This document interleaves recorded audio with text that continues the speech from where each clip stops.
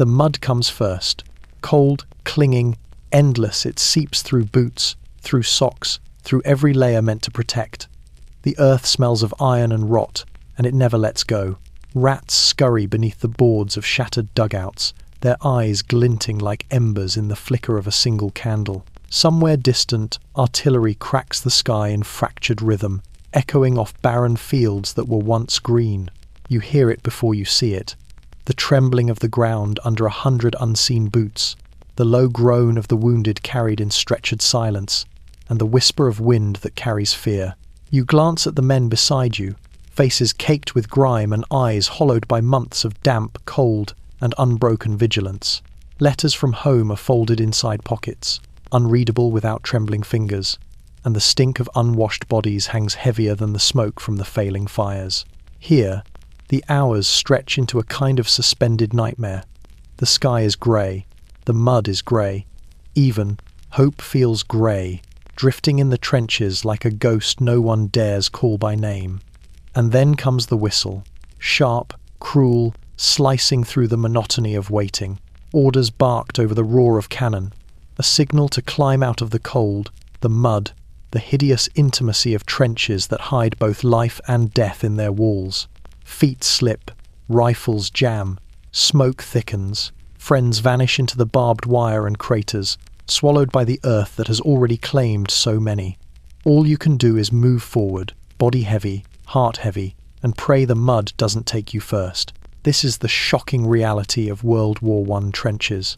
The horrors they never wanted you to see, the small moments of humanity swallowed by mud and fire, the endless waiting punctuated by sudden, brutal chaos. The truth is not in medals or parades, but in the damp, in the cold, in the faces that stare blankly into the grey nothing. So tonight, turn down the lights, let the world grow quiet around you, and imagine the trenches as they were, relentless, haunting, human. If you want to witness more hidden truths of the war, subscribe and tell me where you're listening from. The past is closer than you think, and it's never fully gone. The mud comes first, before the guns, before the orders, before even the fear has words. It is not just earth and water. It is a living weight that presses against boots, seeps through seams in uniforms, and clings to skin as if it knows every weakness. You feel it first in your toes, cold and unrelenting, then in your calves, in your thighs, until every step is a negotiation with the earth itself. The trench has been carved into the soil for months, a jagged scar across the landscape, and it is alive with its own rhythms. The slow drip of water from sandbags, the faint shifting of boards beneath damp boots, the whisper of earth settling, always settling. You learn quickly that the mud does not forgive hesitation.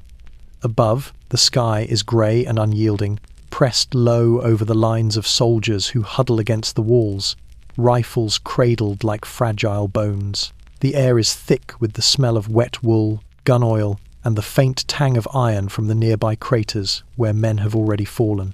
Somewhere further along the trench, a candle flickers, its light barely piercing the gloom.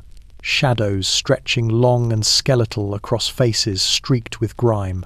Rats scuttle along the edges, their eyes catching the faint glow as they hunt among discarded rations and discarded memories. Even in the darkness, you can sense them, small, persistent, unafraid of the living or the dead. You shift your weight, trying to find a dry spot that does not exist. The trench walls, made of sandbags and earth, lean inward, carrying the dampness of months like a secret. Every breath draws in the chill, the mud, the odour of unwashed men, and the metallic taste of fear that clings to your tongue. You glance at the soldiers around you, young men, 17, 18, faces pale and hollow, hands trembling even as they tighten their grips on rifles. Some are asleep, leaning against each other, dreams fractured and haunted by the endless drip of water and the muted roar of distant artillery. Others stare blankly ahead, eyes fixed on nothing, listening to the mud, listening to the silence, listening to what waits beyond. In the moments before dawn, the trench seems to breathe along with you. Water collects in shallow pools at your feet, reflecting a sky that offers no mercy. The walls creak as the earth settles, the boards groaning under weight and time.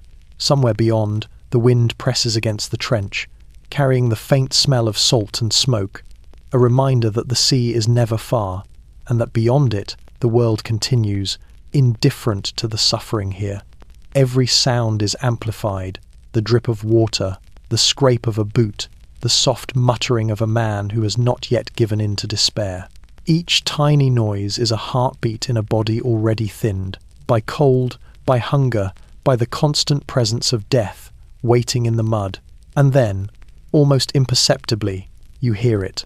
The low hum of a distant engine, the vibration of 1,000 boots marching in a rhythm you cannot yet see. The trench waits, silent but aware, as if it knows that soon the world above will erupt into fire and smoke, and all you can do is hold yourself steady, listen, and remember that the mud, unfeeling and relentless, will swallow mistakes as easily as it swallows men.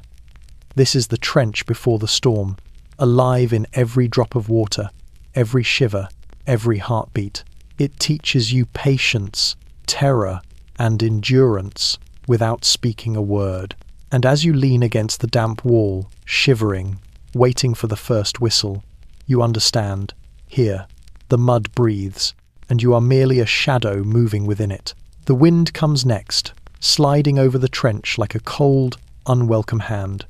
It carries no mercy, only the sharp taste of damp iron and the faint tang of cordite from where shells have scarred the earth beyond. It threads through the gaps in the sandbags, slipping beneath coats and scarves, threading itself into every shivering muscle. There is a rhythm to it, a slow, persistent whistling that rises and falls, carrying with it whispers of the fields, the craters, the skeletal remains of men and horses that have long since surrendered to mud and time. You notice it first in your ears, a high, keening sound that seems almost alive, coaxing unease from the pit of your stomach. You draw your coat tighter, feeling the damp bite through fabric, reaching for the last warmth you can grasp. The soldiers around you hunch into themselves, shoulders pressed to the trench wall, helmets pulled low, faces streaked with grime and sweat. Some mutter prayers or fragments of song, barely audible over the wind's unceasing cry. Others remain silent, staring at the mud at their feet as if it holds the answers to a question they cannot yet name. The wind teases at their hair, whispers across their cheeks, carries the scent of the earth and the distant sea, reminding everyone that the world continues beyond the barbed wire, beyond the craters, beyond the ruin. Above the trench, the sky is a dull slate, clouds stretched thin like old cloth, pressing low and heavy. The wind bends them, twists them, and sometimes it feels as if it will sweep down from the heavens and flatten the earth entirely. You watch as a flag tugs violently on its staff, snapping like a whip, a reminder that even symbols of order are powerless here. The whistle of the wind is punctuated by the faint thrum of distant artillery, far enough to be indistinct, close enough to unsettle, reminding you that the silence you cling to is temporary, fragile, and deceptive. The wind moves the smell of trench and mud in waves. The moment, it carries the faint smoke of a candle or a dying fire. The next, it shifts to the acrid stench of vomit, sweat, and blood. It slips under the edges of your helmet, chills the hands you have pressed together for warmth, and burrows into the bones that are already cold from the night. You catch a fleeting glance of a rat, huddled against the trench wall, its fur bristled against the same wind that gnaws at your cheeks. Even these creatures seem alive, with an understanding of what the wind brings, the faint tremor of danger, the subtle vibration of dread that precedes the storm of human violence. Voices rise in brief bursts, muffled commands, the scrape of boots, a cough that echoes unnaturally in the narrow trench. The wind carries them all, stretches them thin, and then strips them away until only the high whine remains. You imagine that, at any moment, it could carry your own name across the fields, to ears that no longer exist. Time stretches, seconds folding into one, another as the wind whispers, pulls and presses. You feel it against your neck, your cheeks, your hands, and every shiver it brings is a reminder. The world is larger than you, and indifferent to the lives it contains. In this moment, before the first shell falls, before the first whistle commands action, you learn to listen to the wind. You listen to how it moves, how it presses, how it reminds you that the earth itself is awake. There is a warning in its rhythm, a tension that threads through your chest, a reminder that soon everything will change. And in the quiet panic it stirs, you realize that surviving the trench is as much about enduring the wind as it is about enduring the bullets. The wind waits, eternal and unyielding, and you wait with it, each breath a small act of defiance against the inevitability creeping across the fields. The rats come next, moving silently along the edges of the trench, like shadows that have learned to live among the living and the dead.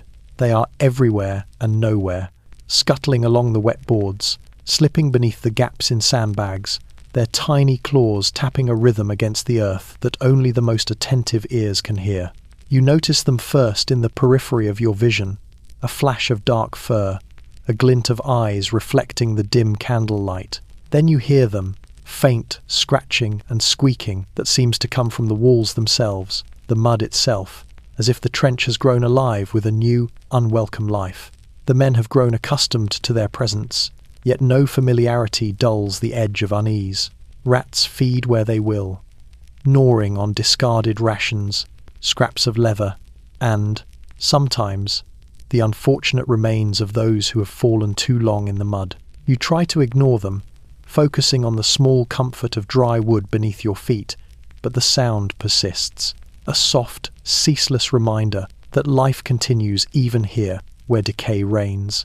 Some soldiers toss a bit of bread to the creatures, as if bribing them to stay in one place, but the rats pay no heed to human negotiation. They are sovereigns of the trench, bold, unafraid, and tireless.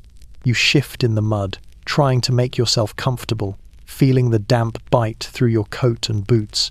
One rat emerges from a corner, bold as a general, moving with purpose along the edge of the parapet. Its tiny teeth glint in the faint candlelight, and you imagine it as a silent observer of all that has transpired in this trench. The months of waiting, the nights of cold and hunger, the distant rumble of artillery that shakes the very walls. The rat knows what it is to endure, to scavenge, to survive in a world that offers no mercy. Perhaps, you think, there is a lesson in this persistence. The trench smells of mud, sweat, and something sharper, a metallic tang that hints at the unseen injuries buried beneath layers of earth. The rats are drawn to these scents, and you feel a shiver as one slips past your shoulder, brushing against the mud-caked cloth of your coat. You glance at the others, men hunched and silent, and notice the same subtle signs, eyes darting, fingers twitching near rifles. Each of you aware that the trench has its own hierarchy now, and the rats are at its top. Outside, the wind whistles again, pressing against the walls, carrying distant echoes of movement across the barren fields. The rats pay it no mind. They are focused, relentless, threading through the trench like shadows of inevitability. You realize that this is not merely vermin. It is a reminder of mortality, of the thin line between survival and decay, and of how life persists even where death seems absolute. You settle against the trench wall, knees pulled tight, listening to the scuttling and the faint hum of the wind, trying to convince yourself that the mud, the cold, and these tiny predators are mere details in a day that promises worse. And yet, in the quiet hours before dawn, the rats rule everything. They are patience incarnate, movement incarnate, indifference incarnate. You watch, shiver, and learn that in this trench, survival is measured not by valor nor by strategy, but by the ability to endure alongside creatures that fear nothing, that respect nothing, and that exist wholly in the relentless present as the world around them burns and bleeds.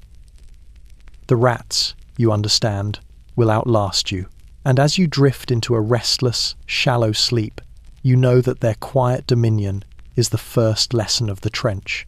In a world gone mad with mud, gunpowder, and fear, the smallest survivors often hold the most power. The letters come next, folded neatly in pockets, tucked beneath the straps of rifles, pressed into coats that have long ceased to shed the mud of the trenches. They are small, fragile things, pieces of home distilled into ink and paper, carrying the scent of soap, tobacco, or the faint perfume of someone remembered. Yet here, in the damp, dark tunnel of the trench, they are almost useless. The mud seeps through seams and creases, water distorting ink into blurred lines, and hands trembling with cold and fear are ill-equipped to unfold them with care. Each letter is a promise, a hope, a lifeline dangling precariously above the waiting horror. You watch as a young soldier fumbles with a note from his mother, fingers stiff and uncooperative. He unfolds the paper, and a small tremor runs through his body, not from the chill, but from the words themselves. He reads, or tries to, and the words swim before his eyes, distorted by water, mud, and the exhaustion of nights spent awake, shivering. Each sentence, a reminder of the world beyond this trench, feels distant and unreachable. You realize that these letters, meant to comfort, now amplify the sense of isolation. Home is so close, yet impossibly far. The men around you shift uneasily, some opening envelopes that have travelled for weeks, others holding theirs too tightly, afraid that even glancing at them will invite grief. You notice a faint rustle as one soldier tucks a folded photograph into his breast pocket, a smiling family frozen in happier times. He traces the edges with a mud-stained thumb, and for a moment the trenches vanish. You can see the warmth of a hearth, the quiet laughter of a room untouched by the smoke and ruin of the front. And then, a shell lands somewhere beyond the ridge, shaking the earth and sending splinters raining down, and the illusion shatters. The letters never leave, and yet they are always present, reminders of what is lost and what might never return. The wind whistles through the trench, carrying fragments of paper and dust, and the smell of wet earth mingles with ink and candle smoke. Some letters flutter in the breeze, snagged on sandbags or the uneven walls, and you catch a glimpse of faded handwriting, elegant loops now distorted by water. Each one is a story, a fragment of a life that continues in parallel to the nightmare here. Each one is a tether, tenuous and fraying, pulling at the hearts of men who have nothing left to hold. You try to focus on the words, reading between the smudges, imagining the voice behind them. Sometimes it is a mother urging caution, a father offering advice, a sweetheart confessing longing or fear.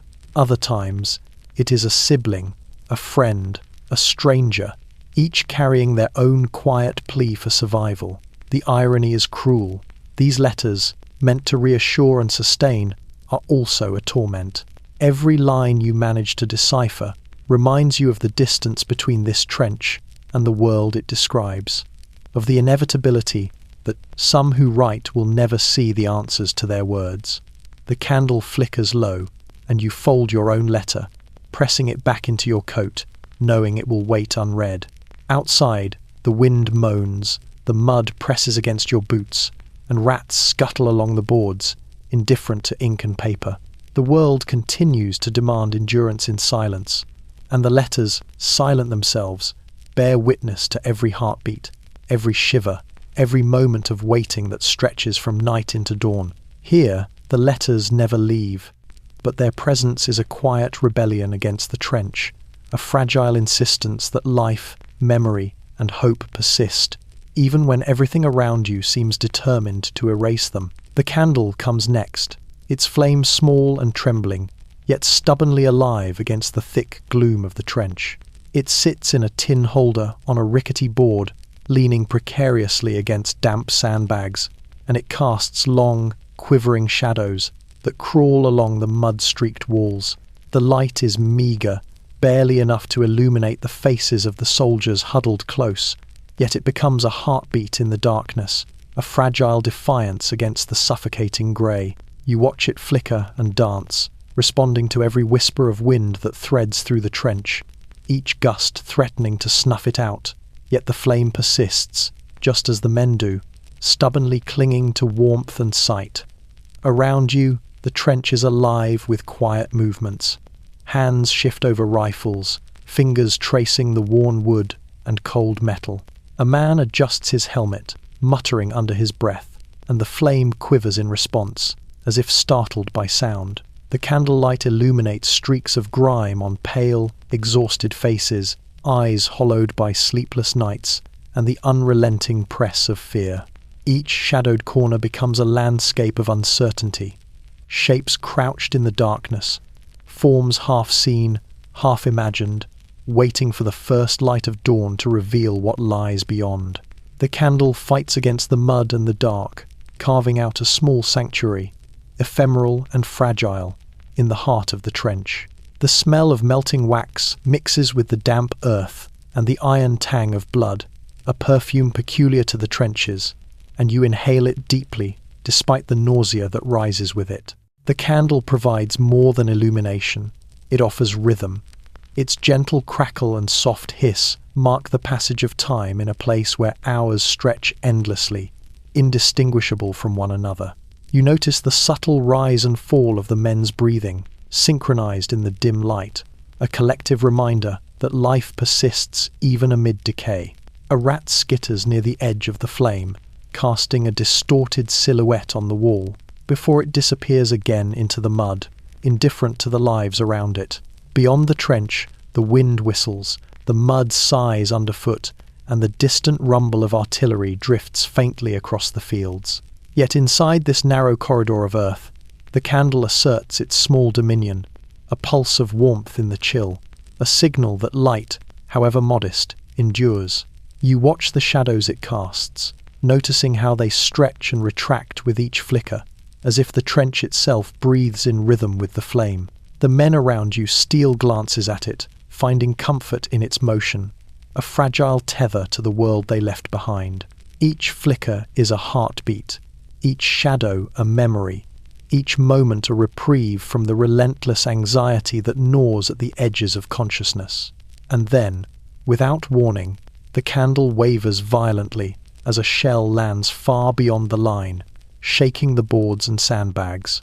The flame bends and quivers, threatening to die, and a collective intake of breath rises from the trench. You hold your hands close, drawing warmth where you can, and watch as the candle rights itself, stubbornly upright, a tiny defiance against the chaos.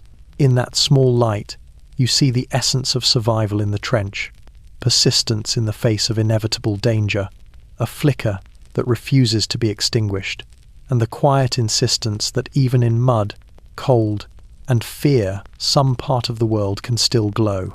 The candle burns low, but it endures, marking the hours, illuminating faces, and offering a brief, fragile sanctuary against the darkness that surrounds.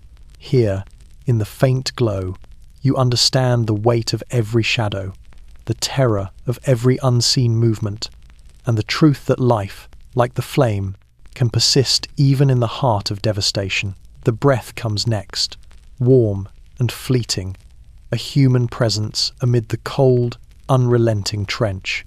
It rises in faint clouds, mingling with the damp, earthy odour of mud and rotting sandbags, carrying with it the faint tang of smoke, sweat, and fear. You notice it first as a whisper against your cheek, a subtle reminder that you are not alone. The men around you breathe in uneven rhythm, some shallow, some ragged, some silent, as if holding their very life in check. Each exhale carries the weight of nights spent awake, of cold seeping into every joint, of anticipation and dread coiling in the chest. You shift closer to the man beside you, feeling the warmth of his breath against your sleeve, the rise and fall of his shoulders in the dim candlelight. Faces are turned toward one another in unspoken solidarity, eyes catching the faint flicker of the small flame that struggles against darkness. Some whisper soft reassurances, fragments of song, or prayers half-formed, while others remain still, hands gripping rifles, as though the weapon itself could absorb fear. There is a rhythm here, a cadence of survival, and it is measured in the rise and fall of breath, the subtle movements of men who have grown accustomed to the weight of waiting. The trench narrows around you, walls of mud and sandbags pressing in with quiet insistence. Every sound is amplified. The soft drip of water from a sagging board, the scrape of a boot against wet earth, the occasional cough muffled against a collar. The breath of comrades becomes a counterpoint to this ambient rhythm, a reminder of life persistently clinging to fragile bodies.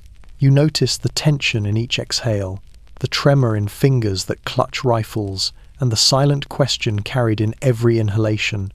Will we make it through another hour, another day, another shell? Outside, distant artillery rumbles, a low, omnipresent threat. You hear the faint whine of approaching engines, the murmur of men beyond the wire, and you realize that the trench, though narrow and suffocating, is a pocket of shared existence. Each breath of a comrade is a lifeline, a quiet acknowledgement that fear is not faced alone. You exchange a glance with the man across from you, a brief meeting of eyes heavy with understanding, and the warmth of shared humanity eases the cold, if only slightly. Rats scurry along the boards, indifferent to the lives that huddle together. The candle flickers, throwing shadows that stretch across pale, mud-smeared faces. The breath of comrades is steady, unbroken, a subtle insistence that life persists despite everything. You notice the rise of fogged breath against the chill, small clouds that drift upward and mingle with the stale air of the trench. Each one is evidence of life, of endurance, of quiet resistance against the inevitability pressing in from every direction. Hours pass in this suspended rhythm, measured not by the sun, which never pierces the low grey sky, but by the cadence of breathing. You count them silently. Inhale, exhale, inhale, exhale. You become aware of the collective pulse of the trench, the subtle shifts of bodies leaning for warmth, the whispered reassurances, the quiet acknowledgement of presence. Here, in the dim glow, in the mud and the cold, you understand that survival is not merely a matter of skill or chance. It is the shared, persistent act of breathing together, of holding on to life in the presence of fear, and of finding strength in the warmth of another human body against the indifferent world outside. The trench waits, the mud presses, the wind whistles, and the artillery groans. And amid it all, the breath of comrades persists, a fragile, steadfast heartbeat in a world that has already forgotten how to be gentle. The fog comes slowly, like a living thing curling over the fields and seeping into the trenches. It rises from the damp earth, from the shell-scarred soil, carrying with it the scent of mud, cordite, and decay. At first, it is barely perceptible, a thin haze that clings to the ground, brushing against boots and trousers, curling into the folds of coats and mufflers. Then it thickens, curling into the narrow trench, slipping beneath sandbags, pooling in low spots, obscuring the familiar shapes of boards, rifles, and the bodies of men who have fallen asleep or fallen altogether. There is a chill in it, not merely from temperature, but from an awareness. The fog carries anticipation, dread, and the intangible weight of unseen danger. You breathe it in, shallow at first, cautious, tasting the earth and water, the faint tang of iron, and the subtle acridness of gunpowder. The fog presses against your skin, seeping into the cracks of your gloves, the collar of your coat, and even the hair beneath your helmet. You shiver, not solely from cold, but from the creeping sense of being watched by something larger than yourself. The shapes of men around you begin to blur. A helmet tilts, a coat folds against the wall, shadows stretch and retract like slow, living things. The fog turns familiar forms into threats, and even the steady breathing of comrades becomes distorted, ghost-like, as if multiplied and echoing from every angle. In the trench, time slows under the weight of the fog. Minutes stretch, bend, and fold back onto themselves, measured only by the occasional drip of water from a sagging sandbag or the faint scrape of a boot against mud. You notice the glint of a rifle in the dim light, the flash of eyes staring too long, and you realize that the fog has altered perception. Everything feels closer, more immediate, and yet impossibly distant at once. A soldier coughs, and the sound carries unnaturally, bouncing against the walls, merging with the moan of the wind, and the subtle hiss of condensation on wood. Fear coils in your stomach, rising and falling in rhythm, with the pulse of the trench itself. Outside, the fog swallows the landscape, shell craters vanish into greyness, barbed wire blurs into ghostly lines, and the field beyond the trench seems to breathe in synchrony with the earth. You know that somewhere in that haze lie dangers unseen, advancing soldiers, lurking sniper positions, shells that will strike without warning, yet you cannot see them. Your senses strain for shape, for movement, for any clue of what lies ahead, but the fog refuses to give clarity. It is a liminal space between waking and nightmare, a place where imagination and reality merge into a slow, suffocating tension. The men beside you adjust, shifting slightly to maintain contact, leaning close to share warmth and reassurance. Hands grip rifles, eyes flick between candlelight and grey shadows, and soft murmurs pass from one to another. Fragments of memory, fragments of prayer, fragments of hope. Yet even here, the fog seeps through, distorting sounds, softening edges, and turning familiar faces into spectral forms. Every step becomes tentative, every movement requires calculation, a silent negotiation with the earth, the mist, and the unseen threat that waits beyond the edge of perception. Hours pass in the fog, or perhaps minutes' time is meaningless here.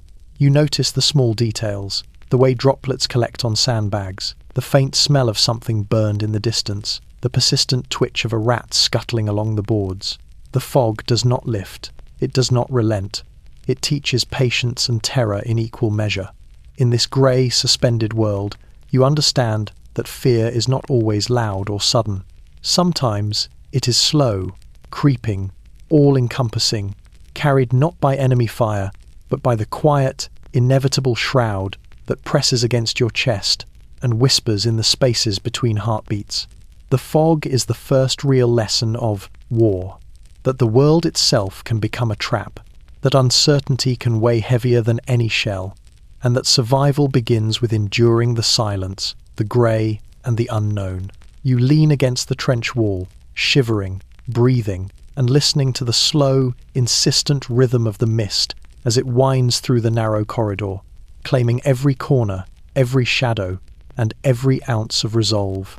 The boards come next, groaning under weight and time, telling a story of months spent pressed into the mud. They line the floor of the trench, uneven and waterlogged, warped by rain and the constant press of boots. Every step produces a protest, a soft creak, a subtle shift, a whisper of wood complaining under the strain. You notice it first under your own boots, a shiver travelling up your spine as the sound echoes unnaturally in the narrow walls. Then you hear it elsewhere, a soldier adjusting his weight, another shifting against the sandbags, and the collective chorus of protest rises, a reminder that the trench itself is alive, aware, and ever on edge. The boards are slick with water and mud, the dark sheen reflecting the faint candlelight like shallow pools of liquid glass. Each footfall is deliberate, measured, a negotiation with gravity and chance. You feel it under your toes, the give of damp wood, the subtle wobble that threatens a misstep. One false step, and you might sink, knee-deep into mud, or send a cascade of water spilling over the boards, alerting others to your movement. Even now, in the dim light, the boards demand attention, commanding focus with a quiet insistence that rivals the distant boom of artillery. Around you, the men are aware of it too, shifting subtly, boots scraping gently, rifles pressed close, eyes wary. Some mutter under their breath, a quiet acknowledgement of the unrelenting pressure beneath them. Others are silent, counting their steps, listening to the creaks and groans as if the boards themselves carry warnings. You notice the subtle rhythm, creak, pause, drip, creak again. It forms a cadence, a heartbeat of the trench, echoing through damp air and shadowed corners. The boards record every movement, every moment, every faltering step, and they do so without mercy. Beneath the boards, water collects in small depressions, filling gaps and crevices, breeding the persistent smell of mud, rot, and something sharper iron, sweat and fear. Rats scuttle beneath, their claws tapping in counterpoint to your careful steps. and you wonder how many have made the mistake of misjudging the boards and fallen into the shallow pools below.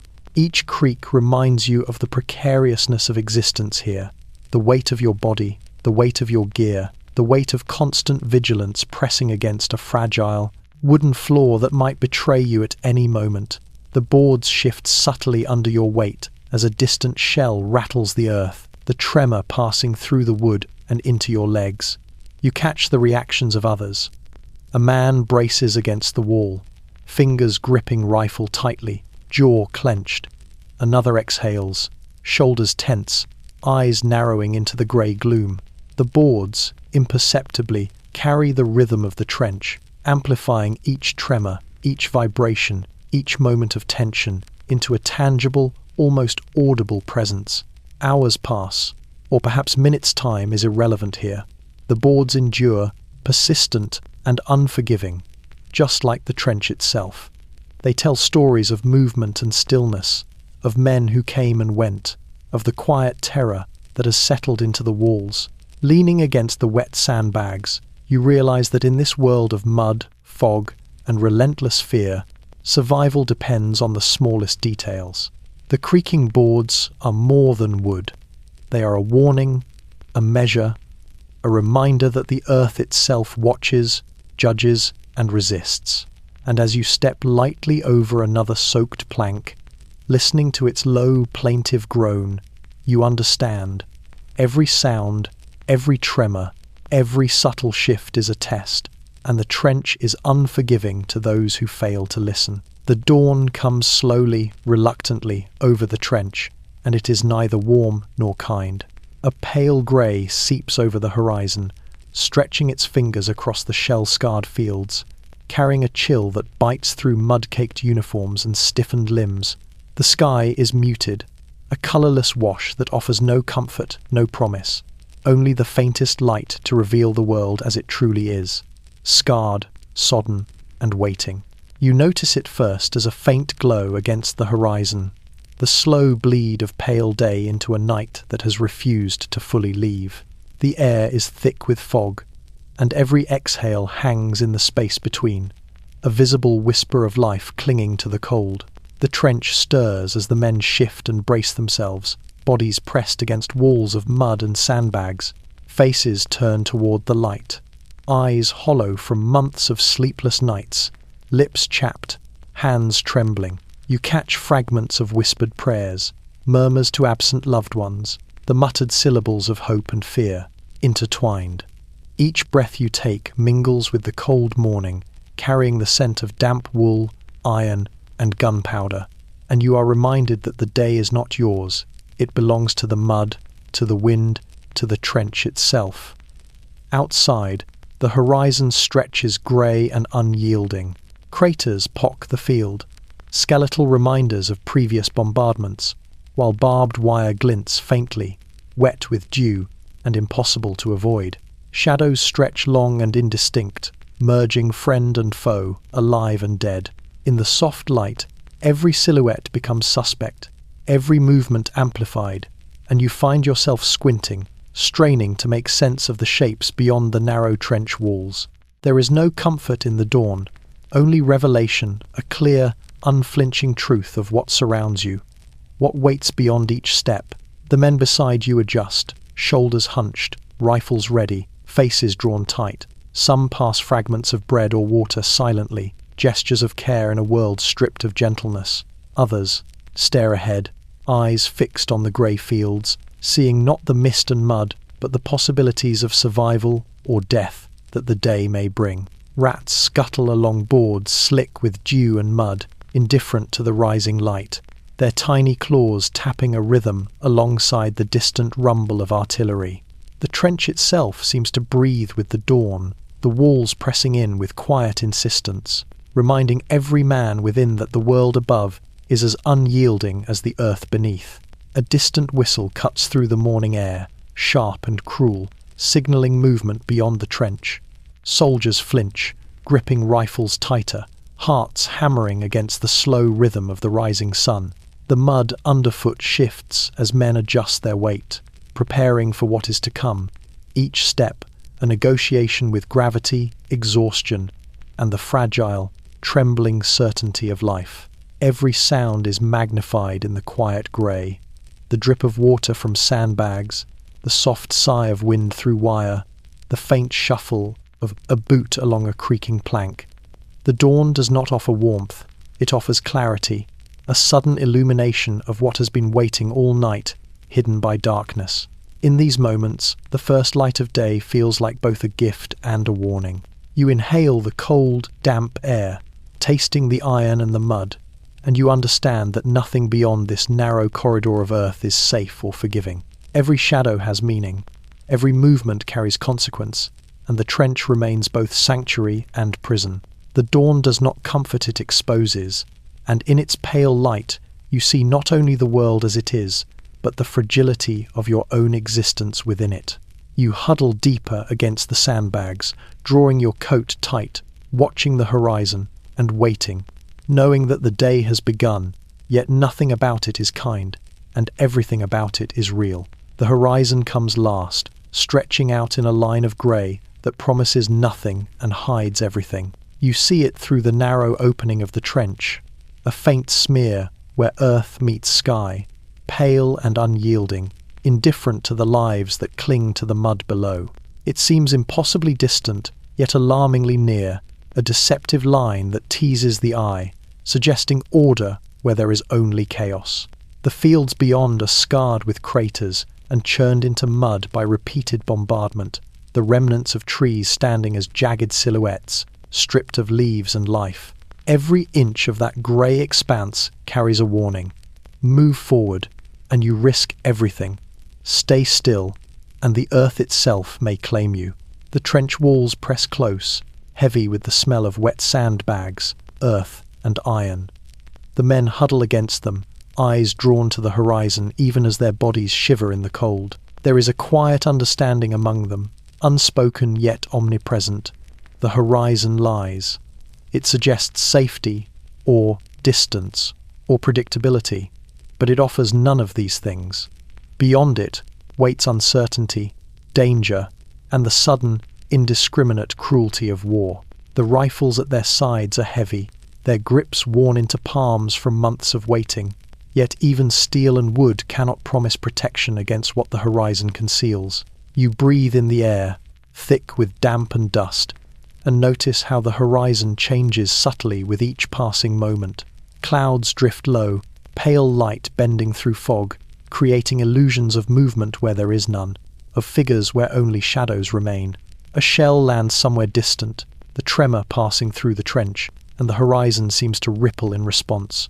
You realize that the distance you see is not safe, not measured, not reliable. It is a trick of perspective, a cruel mockery, a reminder that the earth is not neutral and the sky offers no reprieve. Around you, the men shift, eyes flicking constantly between the horizon and the confines of the trench. Some whisper fragments of memory or prayer, hands clenched tight around rifles, knuckles white against mud and grime. Others stare, silent, expressionless, as though the act of watching the horizon might somehow slow the inevitable. The wind presses against them, carrying the faint smell of smoke, iron, and distant earth upturned by artillery. The fog lifts and returns in waves, obscuring and revealing, each time playing with perception, each time reminding everyone that nothing beyond the trench is fixed, nothing beyond the horizon is reliable. The rats scurry along the boards at your feet, indifferent to the world beyond the trench, moving with a confidence born of survival. You envy them, briefly, for their small dominion and their fearless navigation of the immediate, tactile world. Unlike the men, they do not look to the horizon and imagine consequences. They do not fear what might be waiting beyond the line of sight. The horizon, for all its expanse, teaches only caution, anxiety, and the inevitability of disappointment. Hours pass, though it is impossible to tell. The horizon remains, a pale, unblinking witness to the small, fragile figures huddled below. You understand that survival here is not about courage, nor strategy, nor speed. It is about endurance, about patience, about learning to navigate a world that constantly deceives with distance and perspective. You press your back against the mud-caked wall, feeling the damp seep through your coat, and watch the horizon lie once more, pale and distant, indifferent to your fear, indifferent to your life. And as you close your eyes for a brief moment, shivering against the chill, you realize that the horizon is not an enemy to face, nor a friend to trust. It is a measure of all that has been taken, and all that may be lost, and the only certainty is that tomorrow it will lie again, stretching endlessly, unyielding, and watching. The whistle comes next, sharp and sudden, slicing through the stagnant air of the trench like a blade. Its sound is brief, but it carries the weight of inevitability, a signal that transforms waiting into action, inertia into motion. You feel it in your chest before your ears, a sudden tightening, a tremor of anticipation that runs through the men huddled around you. Every instinct screams to brace, to hunch, to prepare, and yet there is no time to think, only to respond. The whistle is a command, absolute and inescapable, demanding obedience from the bodies it reaches, reshaping the trench from a place of suspended fear into a corridor of tense, coiled energy. The men move immediately, rifles in hand, boots pressing against boards slick with mud, sandbags bracing their shoulders. Some stumble, caught by the uneven floor, the creaking boards betraying each uncertain step. The whistle has awakened something beyond fear, a heightened awareness that turns every sound into a potential threat, every shadow into a shape of danger. You notice the taut muscles in their arms and necks, the quick intake of breath, the way hands flex instinctively around rifles, ready for what is about to come. The whistle is small, but its echo stretches across the mud and wire like a signal to the earth itself. The moment has arrived, and there is no turning back. Above the trench, the grey horizon begins to shift with the first real light of day, but the whistle erases its comfort. The world beyond the trench becomes immediate, present, and threatening. Barbed wire twists in faint glimmers of dew, shell-cratered earth stretches endlessly, and every subtle movement in the mist seems amplified, significant. The whistle cuts through the rhythm of waiting, dividing life into before and after, and you realize that even the air seems to respond, carrying the sound across fields, bouncing it against distant hills, bringing an invisible pressure to bear on every soldier within. Earshot. You shift your weight, feeling the boards underfoot groan in protest. The mud clings to boots and uniform, but it cannot slow the motion. Every man around you adjusts instinctively, a choreography learned through months of anticipation and training. Shoulder to shoulder, rifle ready, eyes scanning, breath measured. Some whisper soft prayers, others murmur reassurances, fragments of conversation that cling to human presence amid the chaos. The whistle does not pause for hesitation, does not care for indecision. It demands that every movement be precise, urgent, and aligned with the rhythm it has imposed. Outside the trench, distant artillery groans, and the earth seems to respond, quivering beneath the boots and boards. The fog curls and shifts with sudden clarity, revealing vague shapes in no man's land that may be enemy or illusion. You notice a rat freeze, caught mid-scuttle, its small body alert to vibrations in the trench, its instincts echoing those of the men now, braced for action. The whistle transforms every heartbeat into a countdown, every pulse into a warning, every breath into preparation. There is no room for error. The mud presses, the boards creak, the candle flickers, and the men respond, coiled and ready. In the moments after the whistle, the trench hums with motion and tension, a narrow world alive with anticipation. You feel the rhythm of bodies, the syncopation of anxious breathing, the subtle tremors of fear and resolve moving in unison. The whistle is gone, yet its presence lingers, a phantom command that threads through every man's consciousness. It has cut through the quiet, awakened the latent dread, and now leaves only the expectation of what is to come. And as you raise your head to glimpse the horizon again, now sharp and revealing in the pale light, you understand the full measure of the whistle. It is not merely sound, it is the bridge between waiting and the battlefield, the moment when life and death collide, and the unyielding reality of the trench is forced into motion.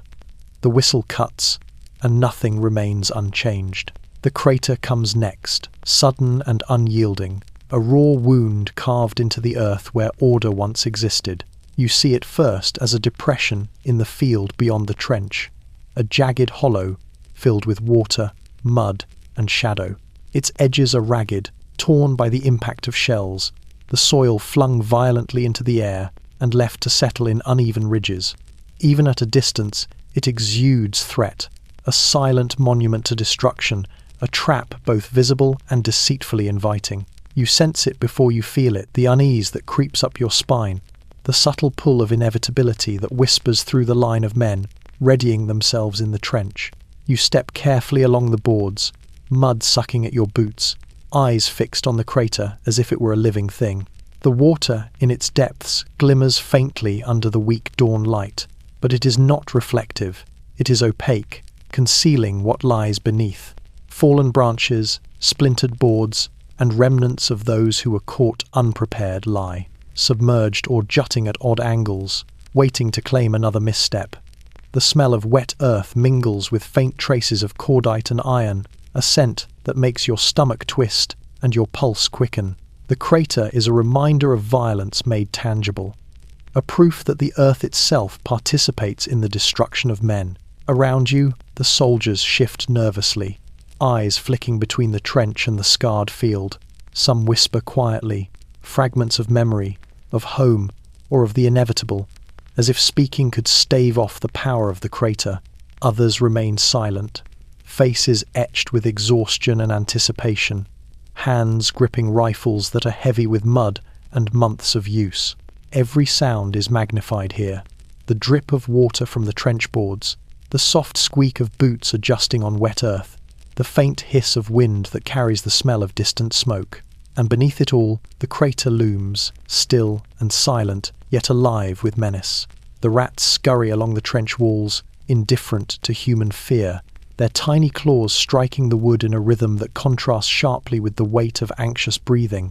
You watch one pause at the edge of the boards, peering toward the crater as if understanding its danger, then vanish into the shadows, a fleeting shadow among many. The men are not so lucky. Every step forward is measured, cautious, each movement a negotiation with the mud, the boards, and the deceptive calm of the field beyond. One misjudged step could send a boot sliding into water or give footing to the ever-present, hungry mud that seems to pull at ankles and knees with deliberate persistence. The crater is a nexus of perception and reality. From a distance, it appears manageable, perhaps even navigable. But as you approach, the subtle dangers become clear.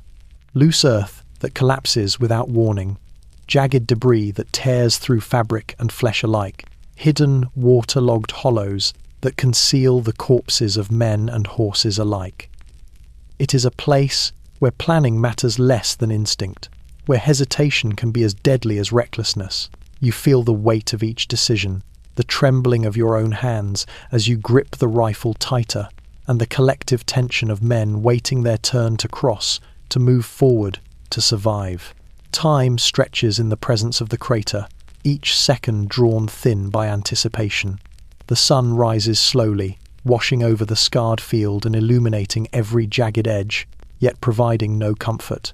You breathe, careful, deliberate, feeling the cold bite through your uniform and the tension of months press down on your shoulders.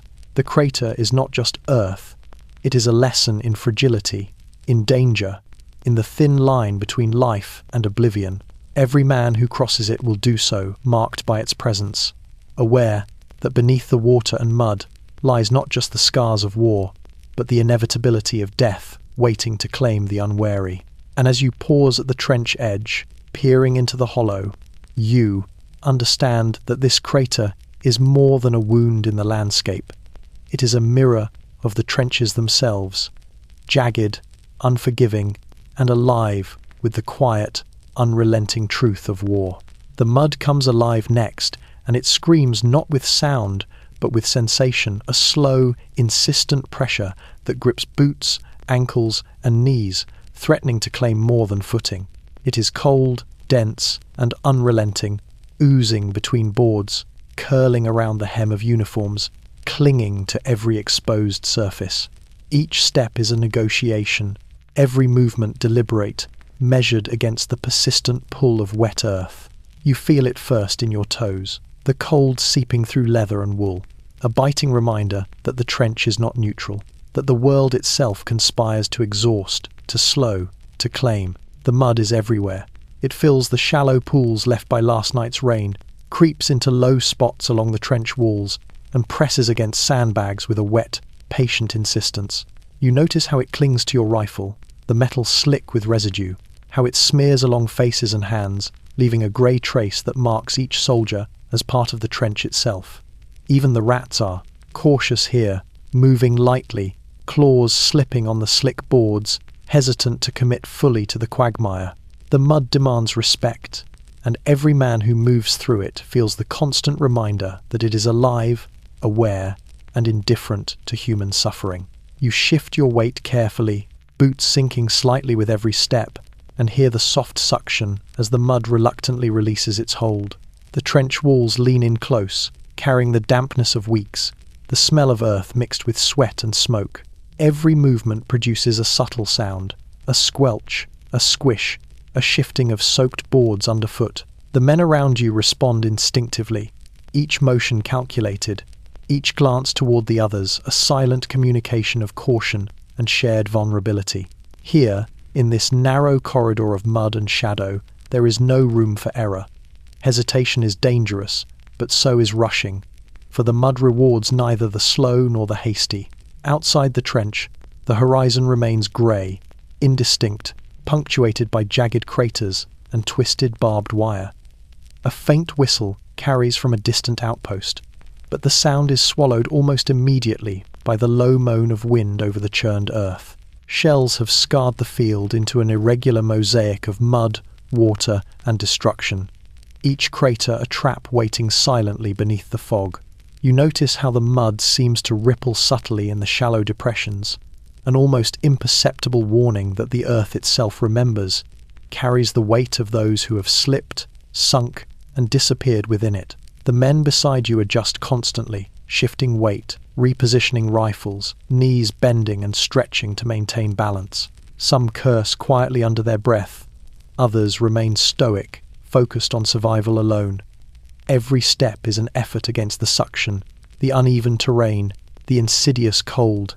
Hands tremble as they grip weapons, teeth chattering softly, eyes darting toward shadows, toward movement, toward the faint shapes of the field, beyond the trench. The mud transforms ordinary actions into deliberate, exhausting rituals, stepping, lifting, balancing, adjusting, all amplified by the persistent presence of the earth itself. Time stretches, indistinct and heavy, each moment drawn out by effort and tension. The mud absorbs hours as easily as it absorbs bodies, swallowing sound, motion, and intention alike. You realize that survival is measured not by courage, nor by rifle skill, nor by tactics, but by endurance, the ability to move deliberately, cautiously, persistently through the screaming mud without succumbing to panic, exhaustion, or misstep. Every inch gained is a victory, every breath drawn a triumph, every step a negotiation with the relentless, patient earth. And as you pause to catch your breath, knees pressed against wet boards, mud clinging like a second skin, you understand its lesson. The battlefield is not only fire and bullets, it is the earth itself, alive with indifference and menace, demanding vigilance, patience, and the quiet, unyielding fortitude of men who have learned to walk carefully, slowly, deliberately through screaming mud that will claim the careless without ceremony. The smell comes next, heavy and inescapable, a suffocating mix that settles into every pore and lingers in the trenches long after the source has passed. Smoke rises in thin, grey ribbons from distant fires, curling over shell-pocked fields and drifting into the narrow corridors of the dugout. It carries with it the acrid tang of cordite, the faint bitterness of burning wood, and the subtle, metallic undertone of blood that has soaked into the mud and earth over countless days of bombardment. You notice it immediately, a low, persistent presence that crawls into the nose, the mouth, the lungs, making each breath feel thick, deliberate, and weighted with consequence. The men beside you cough softly, turning their heads against the rising fumes, but there is nowhere to escape. The smoke settles into hair, coats, and gloves, mixing with the persistent dampness of the trench, leaving a residue that will cling for days. It is not merely unpleasant, it is oppressive. Even the candle flickers, the small flame struggling against the heaviness of air thickened by soot, mud, and despair. Every exhale seems to carry with it the reminder that the world beyond the trench is no longer a place of calm or safety. It is a landscape of fire, chaos, and death, and the smell is its signature. Blood laces the air subtly, carried not always from the present but from the past, the long shadow of the trenches and craters. The bodies that have been left in shallow hollows, partially submerged in mud and water. Its scent is not sweet nor fresh, but iron-heavy, metallic, and stubborn, clinging to boots, boards, and fabric as persistently as the mud itself. You find yourself inhaling it unconsciously, a chemical reminder that every step forward is fraught with danger, that every movement may encounter what the earth has already claimed. Men shift uncomfortably, noses pressed against collars, but there is no escape. The trench has absorbed the smell, and it is now part of you, as much as it is part of the walls and floor. The wind carries it in pulses, brushing faintly across faces, tugging at the edges of the trench, and revealing the contours of distant craters and splintered trees. You notice the faint glimmer of sun on wet mud, the distorted reflection of bodies moving slowly through the fog, each one coated with the remnants of smoke, sweat, and iron-rich earth. Rats scuttle through the shadows, indifferent, their fur picking up traces of odor as easily as the soldiers do, and you realize that the sense of smell here is not passive. It is a marker of proximity, a warning of what has been and what may be again. Voices are low in the trench, whispers or murmurs barely audible over the thick air. Some men murmur prayers, others curse softly, each syllable carrying over the mud and boards to mingle with smoke and blood. Hands grip rifles tighter, knuckles white against cold, wet wood. The candle flickers as if coughing in response, casting long, uncertain shadows that quiver along mud-streaked walls. You draw in a breath, thick and cautious, tasting the bitter mixture, and understand that this smell is more than mere aroma. It is memory, warning, and a persistent companion that marks the battlefield as a place where life and death are inseparably intertwined. Time stretches, each second elongated by the weight of odor, anticipation, and exhaustion. You feel the air pressing against your chest, thick with the essence of destruction, and notice the subtle tremors in the men beside you, the shiver of cold, the twitch of nerves, the instinctive tightening of every muscle. The smell teaches patience, fear, and vigilance. It is the first signal that the battlefield is not only a landscape of fire and mud, but a living, breathing testament to human endurance, suffering, and mortality. And, as you lean against the damp trench wall, inhaling deeply despite the harshness, you understand the lesson of the smoke and blood. It marks the presence of life and death alike, a persistent, invisible reminder that survival is measured not just in courage or skill, but in the quiet, unyielding awareness of the world as it truly exists, cruel, indifferent, and scented with the traces of every struggle fought upon its scarred earth. The faces come next, emerging briefly from the grey mist of dawn, only to vanish before you can grasp them fully. They are everywhere and nowhere, glimpsed in the corner of your eye, reflected in muddy puddles, or caught in the flicker of a candle that bends shadows across walls. Some belong to men you have known for months, comrades whose names you can recite in sleep, whose presence has become part of the rhythm of the trench. Others are strangers, new replacements whose eyes are wide with fear and who step cautiously, never quite finding their footing. Yet all are fleeting, ephemeral, vanishing into the mud, the smoke, or the fog, swallowed by the unrelenting expanse of the battlefield. You notice it first in the subtle twitch of a shoulder, the slight movement of a helmet tilting as a man leans too far forward, then disappears behind a ridge of mud. The mind fills in the rest. A body slipping, swallowed, dragged into the earth's waiting arms. The illusion is cruel. The brain insists on recognition, yet each face dissolves into the grey, leaving only memory and imagination. There is a rhythm to these vanishings, a cadence set by fear, exhaustion, and the unpredictability of life in the trench. You learn quickly that noticing is dangerous, that acknowledging is a gamble, for every glance risks drawing your attention from the world immediately in front of you. The trenches hum with the presence of these vanishing faces. Some men speak quietly, whispering names or half-formed warnings, their voices barely audible over the groan of the wind and the distant echo of artillery. Others remain silent, eyes fixed ahead, scanning for the movement that might indicate life, danger, or both. The mud clings to uniforms and hands, masking the fleeting evidence of bodies that once stood where you now stand. Rats scurry along boards, ignoring the human presence, yet their movements highlight the empty spaces where faces have vanished, where life has been erased by a shell, a misstep, or the slow, unyielding pressure of the trench itself. You catch a fleeting glimpse of a young soldier across the trench, eyes wide, mouth slightly open, frozen in a moment of realization or fear. Then, in the blink of an eye, he is gone, obscured by fog, shadow, or a sudden motion of the boards beneath his feet. Your heart clenches, a physical reaction to absence, to loss, to the reminder that here, continuity is fragile. One moment, a friend or stranger exists fully. The next, they are erased from perception, leaving only the imprint of memory and the lingering weight of uncertainty. Beyond the trench, the horizon remains grey, punctuated by the jagged remnants of trees, craters, and wire. Shells have carved the earth into traps, and every step forward carries the risk of another vanishing.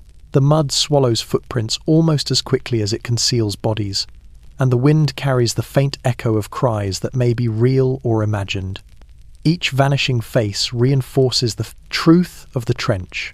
Perception is unreliable, survival is uncertain, and nothing in this world can be taken for granted. Hours pass, though it is impossible to measure. You notice the subtle ways men respond to the vanishing faces. A hand grips a rifle tighter, a foot shifts cautiously, a breath held slightly longer. Every glance, every movement is measured against the possibility of disappearance, of erasure, of life snatched away by circumstance or chance. You understand that the faces that vanish are more than men. They are warnings, lessons etched into memory, reminders of mortality and the fragile, fleeting nature of existence in the trench. And as you lean against the damp boards, shivering, eyes scanning the grey horizon, you understand this. Survival here is not simply moving forward or holding the line. It is learning to witness without being undone, to remember without succumbing, and to endure while the faces around you vanish and sometimes, against all odds, return. The shivering comes next, seeping into every joint, every muscle, every bone that has grown accustomed to the cold embrace of the trench. It is not merely cold, it is a pervasive, gnawing presence that wraps itself around the body like a second skin, relentless and unyielding. You notice it first in your fingers, stiff and unresponsive despite gloved attempts at warmth, then in your calves, knees, and shoulders, until even standing feels like a small act of defiance.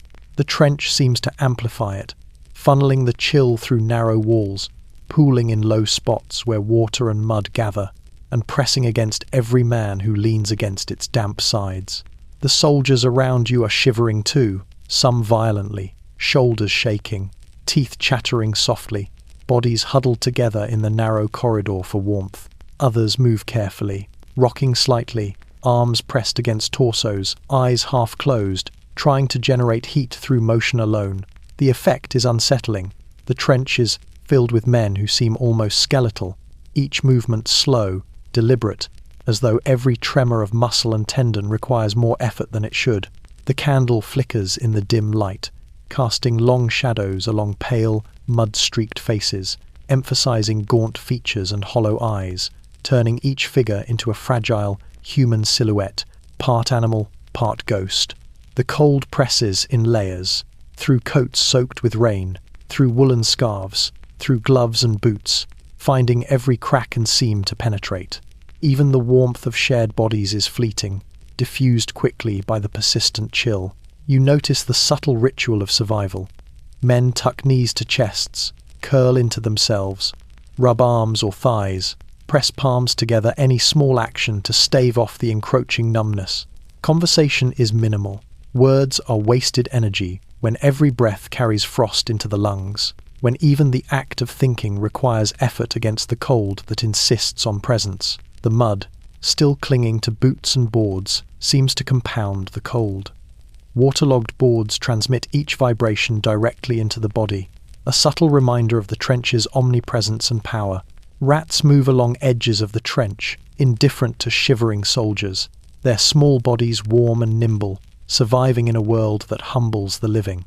Outside, the fog drifts low, carrying distant smells of smoke, iron, and unwashed bodies, mingling with the bite of cold to form a persistent, gnawing awareness that the trench is both alive and hostile.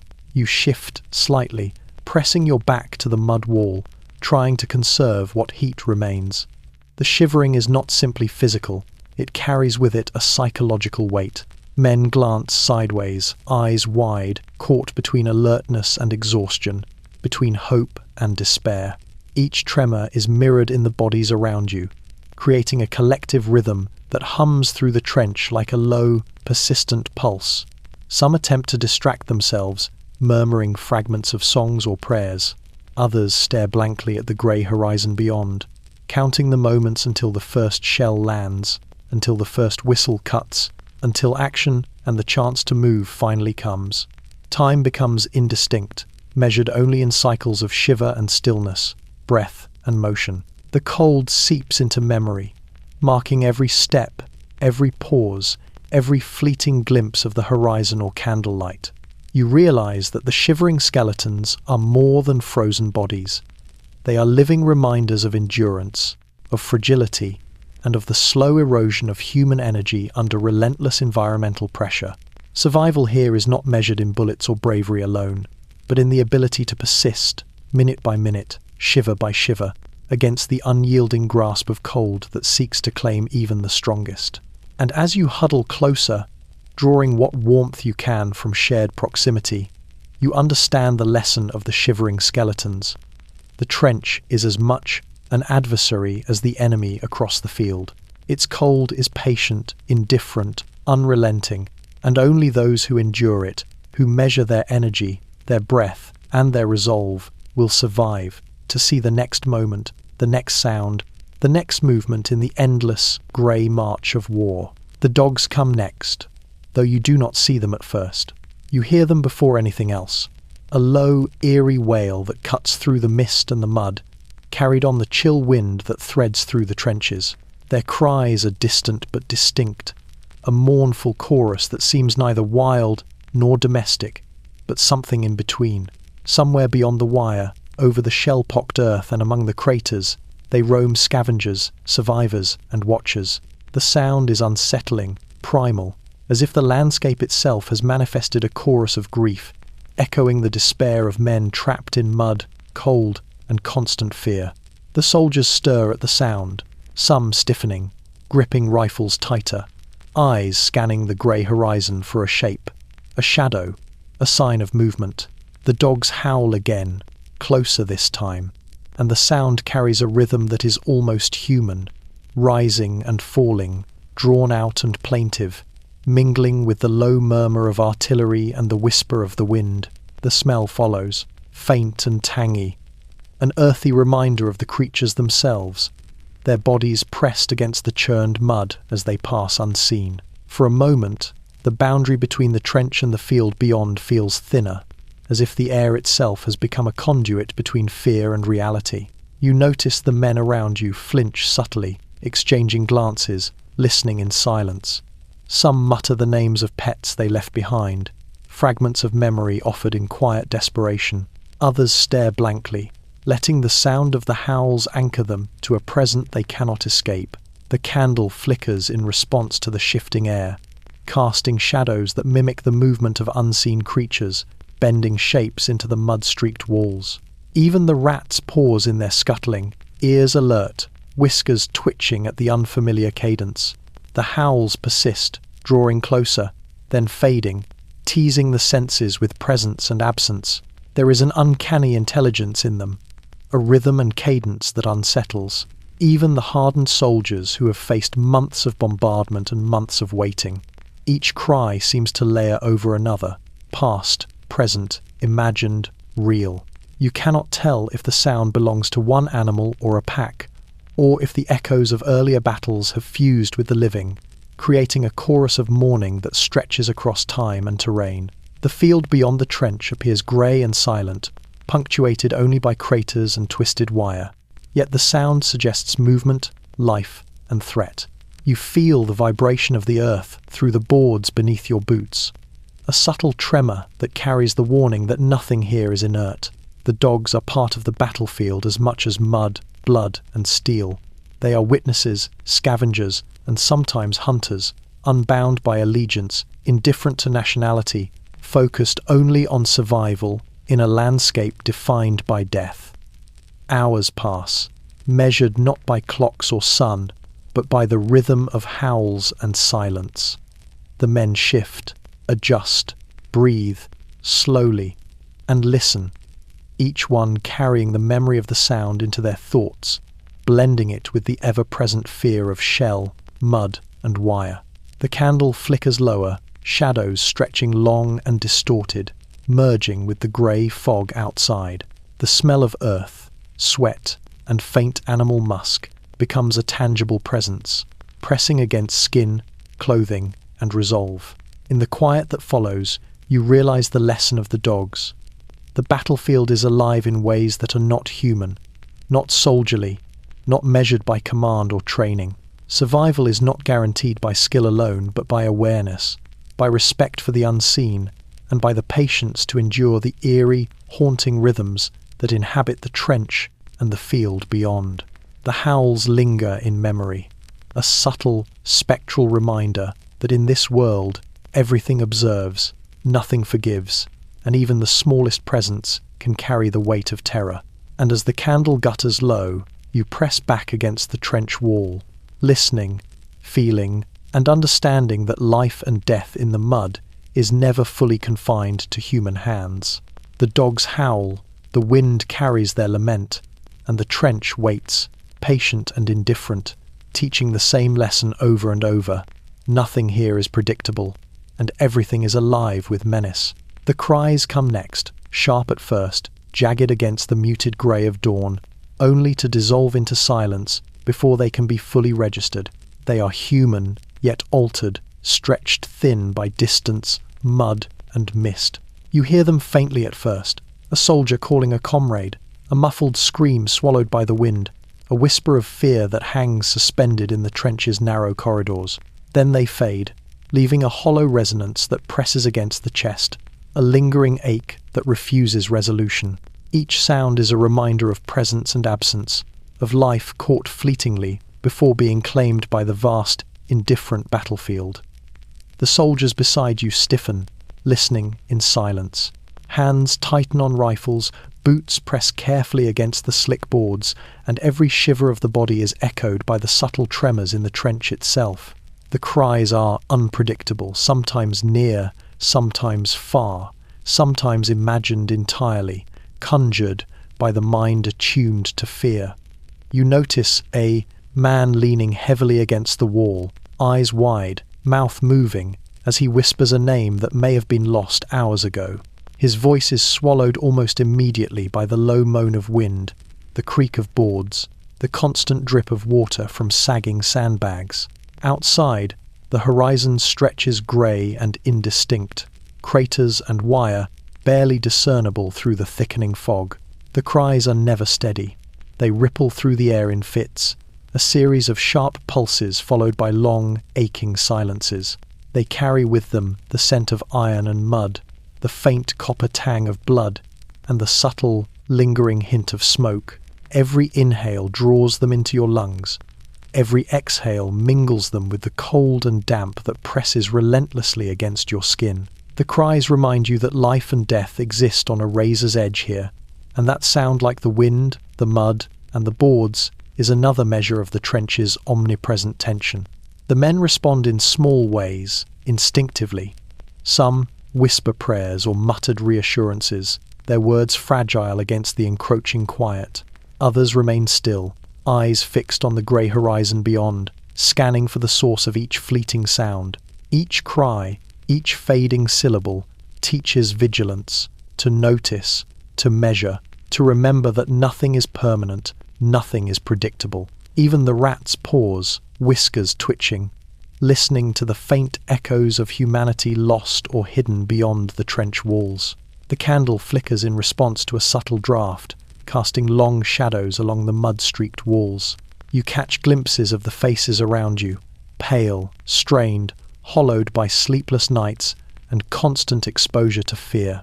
Every blink is an attempt to reset, to ground yourself in the present, yet the cries pull at memory, imagination, and instinct alike. Some belong to the living, some to the dead, some you will never identify. Each fade is an erasure, yet each leaves a residue in the chest, a subtle, unshakable reminder of the trench's omnipotence. Time bends here, elongated and uncertain. Moments stretch as you wait, listening to cries that will not return, that fade into the grey of mud and mist. The horizon remains indifferent. The wind presses, the mud clings, and the candle sputters weakly in its holder. The cries that fade are more than sounds. They are markers, measures of the unseen, the unknown, the inevitable. They teach endurance, patience, and the quiet recognition that survival is as much about noticing what vanishes as it is about acting in the present.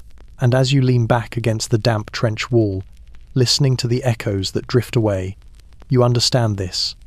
Life here is transient, fragile, and ephemeral. Every cry that fades leaves its mark, and the lesson is unmistakable in the trenches. Everything is fleeting, everything is claimed eventually, and nothing is ever fully returned. The wire comes next, taut and gleaming faintly in the muted grey of morning, stretching across the churned earth like a trap set long before you arrived. Barbed, twisted, and relentless, it lies in wait, indifferent to the living or the dead. You notice it first as a faint glimmer through the mist, the metal catching what little light the sky offers, and instinctually you feel its menace before fully understanding its form.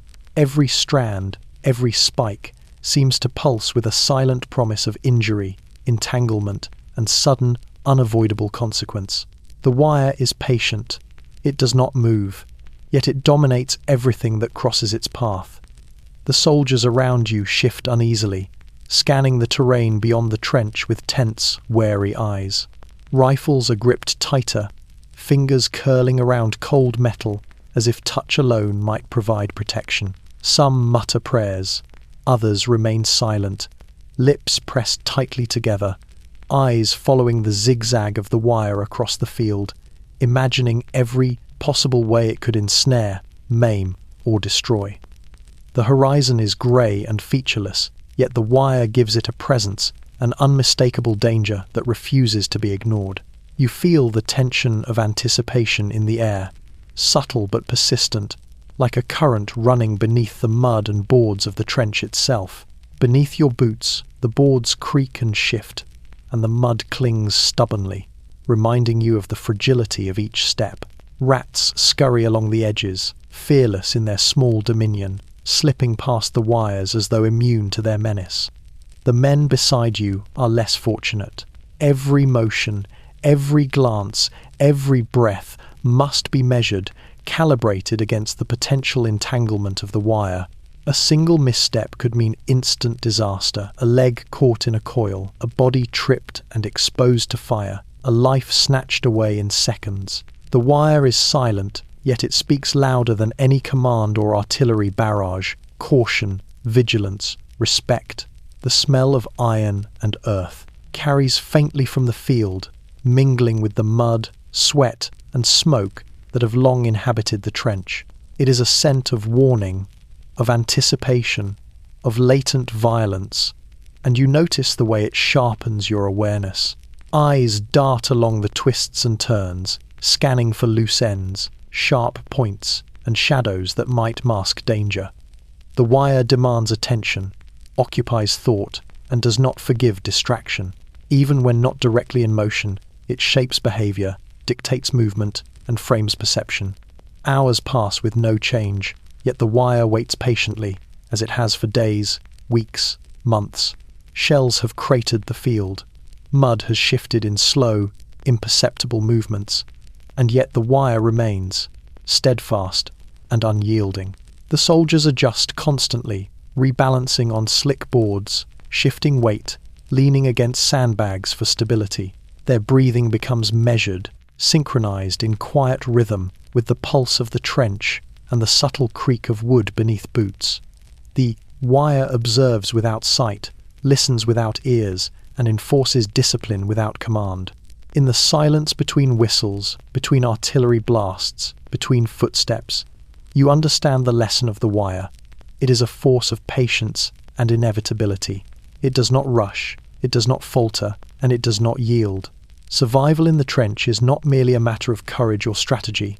It is measured by respect, attention, and the quiet endurance of those who recognize its omnipresence. And, as you press your back to the damp wall, watching the faint glimmer of steel stretch across the churned, fog-laden field, you understand the truth. The wire waits for no one.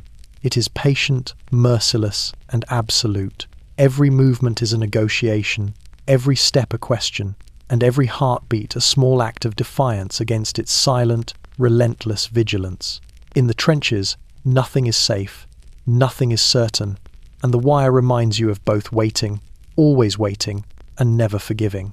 The shadow comes next, stretching across the mud and fog like a promise of inevitability.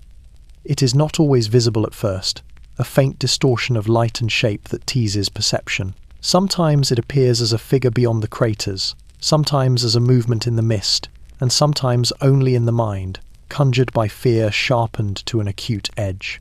You notice it first in peripheral vision, a silhouette blurred by distance, shifting, retreating, returning. Instinct tightens your muscles, focuses your gaze, and quickens your heartbeat. The shadow is a presence both real and imagined, a constant reminder that the enemy exists, that danger is patient, and that survival depends on the vigilance of body and mind alike. The men around you stiffen as well, rifles rising slightly, eyes narrowing, shoulders tense. Some whisper names of comrades, a fragmented reassurance that life exists beyond the shadow. Others remain silent, faces pale and fixed, eyes scanning the grey horizon where craters and wire dissolve into fog. The candle flickers, casting long, uncertain silhouettes on mud-streaked walls, and in that movement, the shadow multiplies. Shapes shift and merge. The mind fills in gaps, projecting the fear of what lies beyond, and every form becomes a potential threat. You recognize the pattern. The shadow is as much a weapon of the mind as it is a product of reality. Beyond the trench, the horizon remains grey, punctuated by the jagged remnants of shells and twisted wire. The shadow drifts across this expanse, and you feel it in the subtle tremor beneath your boots, the quiet vibration of the boards, the faint shift of mud underfoot. You cannot see the enemy fully, cannot measure their intentions, cannot know the distance or timing of the next attack. Yet the shadow is immediate, present, and unyielding, a force that demands recognition. Every heartbeat becomes a countdown, every breath a negotiation with fear, every movement a careful calibration against the desires unknown. Rats scurry along the boards at your feet, indifferent to the human anxieties above them, yet their tiny movements echo the rhythm of tension, emphasizing emptiness where figures might appear or disappear. The wind whistles across the trench, tugging at coats, hats, and rifles, carrying faint smells of smoke, iron, and earth disturbed by the distant sounds of artillery. The shadow shifts again, and the mind stretches to account for it, creating scenarios, plotting survival, imagining outcomes. There is no comfort in knowledge here. Awareness is a tense, fragile edge between clarity and panic. Time stretches unnaturally, measured not in hours or minutes, but in glimpses of shadow and silence. The candle burns lower, flickering against the grey light that rises steadily across the horizon. Yet the shadow persists, constant in its elusiveness. The men around you respond instinctively. Eyes widen, hands tighten, bodies lean into the trench walls for stability, movements precise and deliberate. The shadow shapes behavior, dictates caution, enforces vigilance, and leaves an indelible mark on every soldier it touches. You inhale, cold and sharp, tasting the faint iron tang of blood and mud, feeling the tremor of tension that runs through the trench as a living entity. The shadow is not merely the enemy, it is the uncertainty of war, the inevitability of death, the awareness that nothing in this landscape is predictable or safe. It teaches patience, discipline, and endurance, demanding that every movement be intentional, every breath measured, every thought sharpened against the ever-present unknown. And as you lean back against the wet boards, eyes fixed on the grey expanse, the shadow drifts again across your vision, impossible to grasp fully, yet undeniable in its presence. You understand this. In the trench, the enemy is not only what you see, but also what you imagine. And the shadow is a constant teacher, patient, silent, and unforgiving, reminding you that vigilance is survival, and that nothing in the world beyond the trench is ever truly what it seems. The sun comes next, but it offers no warmth. It rises slowly, reluctantly, over the horizon, pale and muted, casting a greyish light that washes across the trenches and churned fields. Its presence is almost ironic, a familiar symbol of life and comfort, yet here it brings no solace. The rays strike the mud, the waterlogged boards, the sandbags, and the men themselves, but there is no heat in them, only exposure, the illumination of every flaw, every wound, every moment of exhaustion pressed into the skin and clothing. You notice it first on your face, a weak wash of light that reveals dirt caked into hair and grime etched into every crevice of your uniform, then on the hands of men gripping rifles, pale and trembling, knuckles white. The soldiers around you move slowly, adjusting against the walls of the trench, leaning into the familiar cold. Their breath forms thin clouds that dissipate in the feeble light, and each exhale carries the weight of months spent in damp, darkness, and fear. Some huddle closer together, sharing warmth where they can, pressing shoulders and backs against one another, while others remain upright, rigid, scanning the horizon for the inevitable, movement, threat, or the next order. The sun reveals everything yet changes nothing. It illuminates the misery, but it cannot soften the chill, cannot dry the mud, cannot ease the gnawing tension that fills the narrow corridors of Earth. Beyond the trench, the landscape is a patchwork of craters, mud, and twisted wire. The pale light glances off the barbs of the wire, casting faint, distorted reflections that catch the eyes and mislead perception.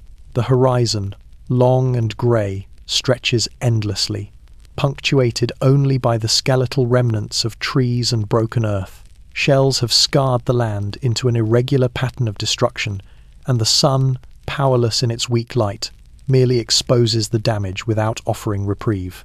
Every figure glimpsed beyond the trench becomes a potential threat, every shadow a possible enemy, every movement magnified and exaggerated by the light that fails to provide comfort.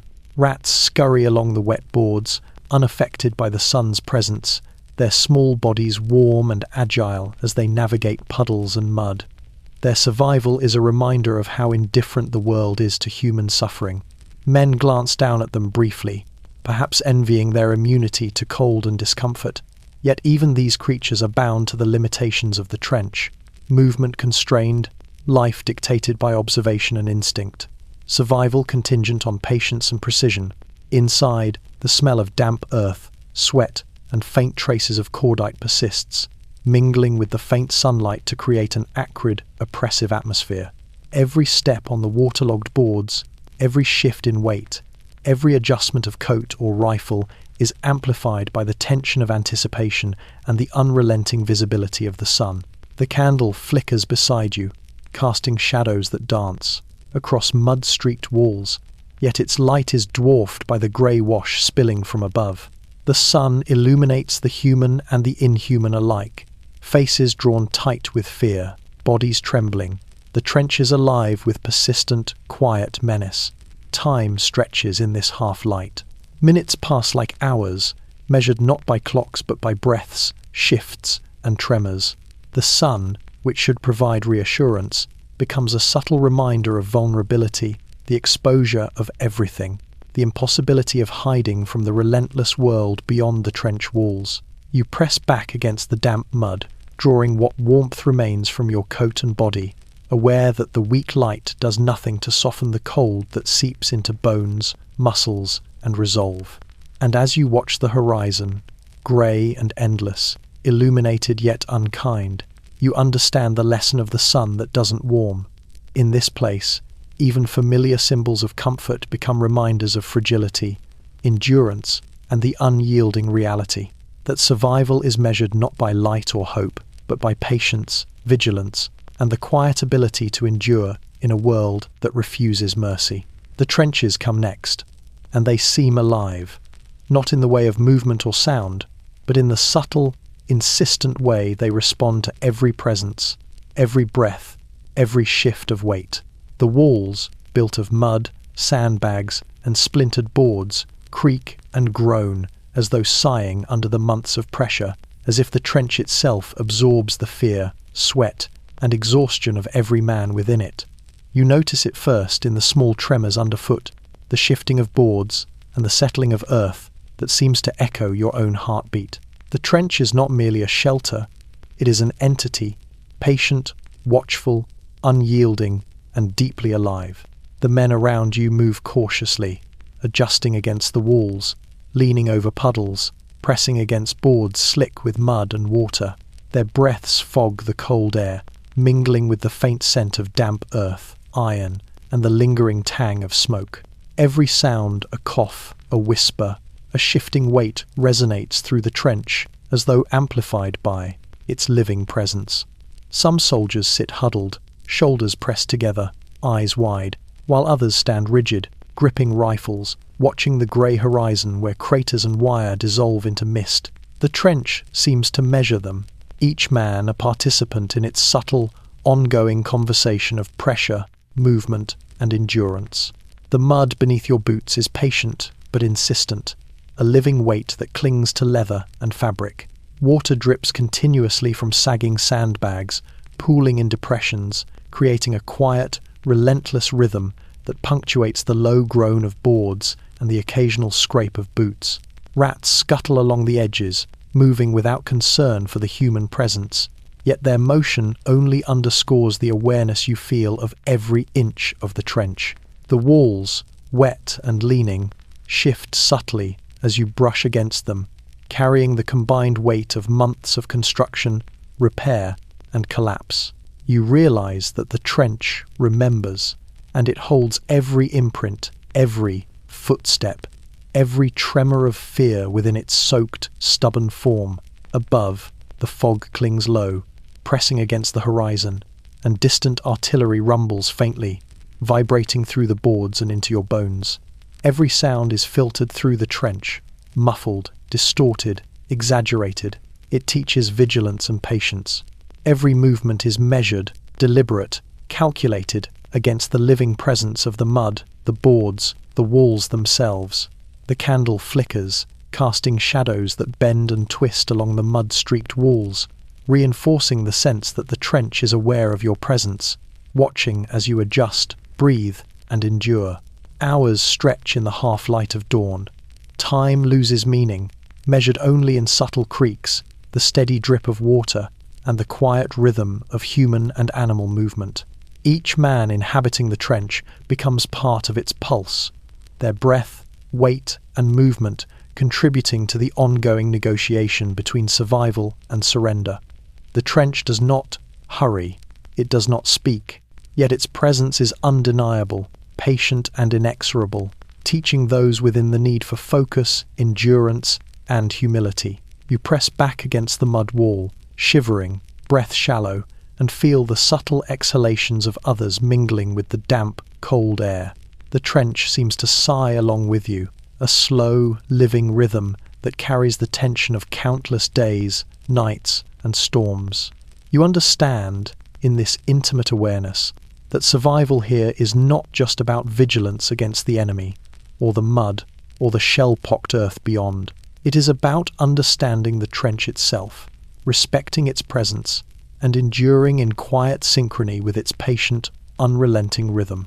And as the fog drifts thicker, muting the horizon and merging earth with sky, you realize the truth. The trenches breathe, and in their breath, every heartbeat, every shiver, and every motion is recorded, remembered, and quietly tested. To endure here is to move with them, to respect them, and to survive within the slow, persistent pulse of a living, breathing battlefield. The rats come next, larger than expected, bold, and undeterred by human presence.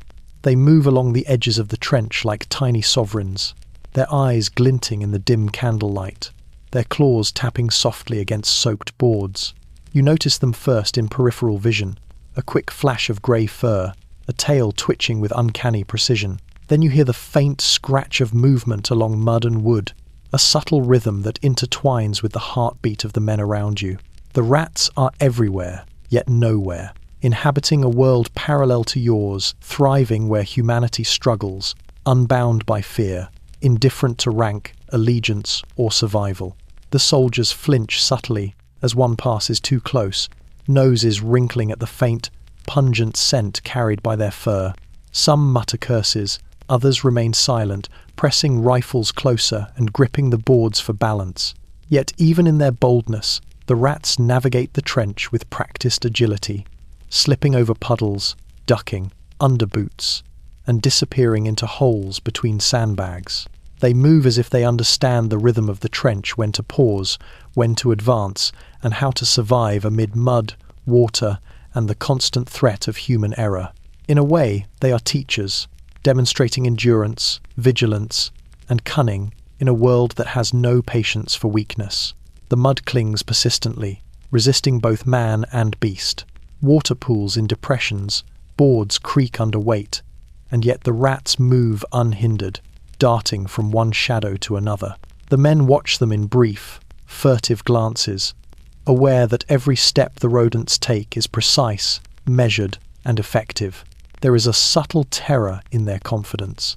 They are creatures of the trench, perfectly adapted to its rhythms, fearless in ways human eyes cannot emulate. The rats remind you that survival is not merely about courage or skill, but about understanding the environment, moving with its hidden rules, and respecting its invisible dangers. Beyond the trench, the grey horizon remains indistinct, punctuated by craters and the jagged remnants of twisted wire. The wind whispers across the fields, carrying faint scents of smoke, iron, and distant fire. And the rats pause, whiskers twitching, ears alert. Their movements synchronize almost imperceptibly with the tremors beneath your boots, the creak of boards, and the low moan of the trench walls.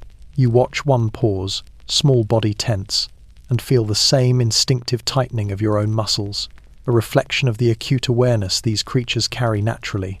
The candle flickers, shadows dancing across mud-streaked faces, and the walls of the trench blending with the fleeting silhouettes of the rats.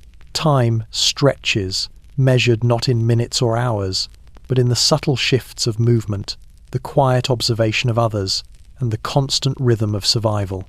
Every glance is deliberate, every motion cautious, and every breath held with care, mirroring the alertness of the pack. Small creatures that share your narrow corridor of earth. You press your back against the wet wall, feeling the subtle warmth of a comrade's shoulder, noting the soft scuffle of claws on boards, and understand this: the rats are more than vermin. They are a force of the trench itself, cunning, relentless, and fully adapted to a world that devours the unprepared.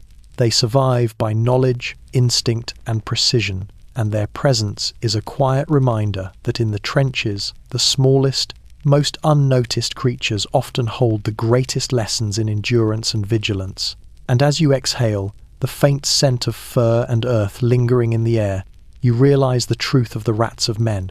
They are the silent rulers of the trench, moving with patience and certainty, teaching survival without words, and leaving every soldier to reckon with their own fragility in comparison to the creatures that thrive in the chaos of mud, fear, and war.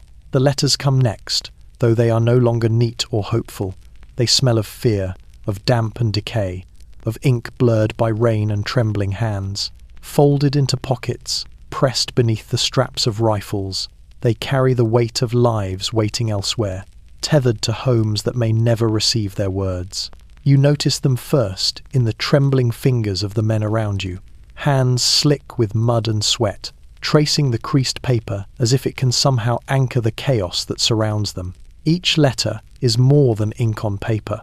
It is a promise, a warning, a tether to a world that exists only in memory and imagination. The soldiers handle them cautiously, eyes darting between words and the horizon, as though looking away might preserve safety. Some lips move silently, forming the names and phrases written in careful script, while the candle flickers, casting shadows across dirt-smeared faces.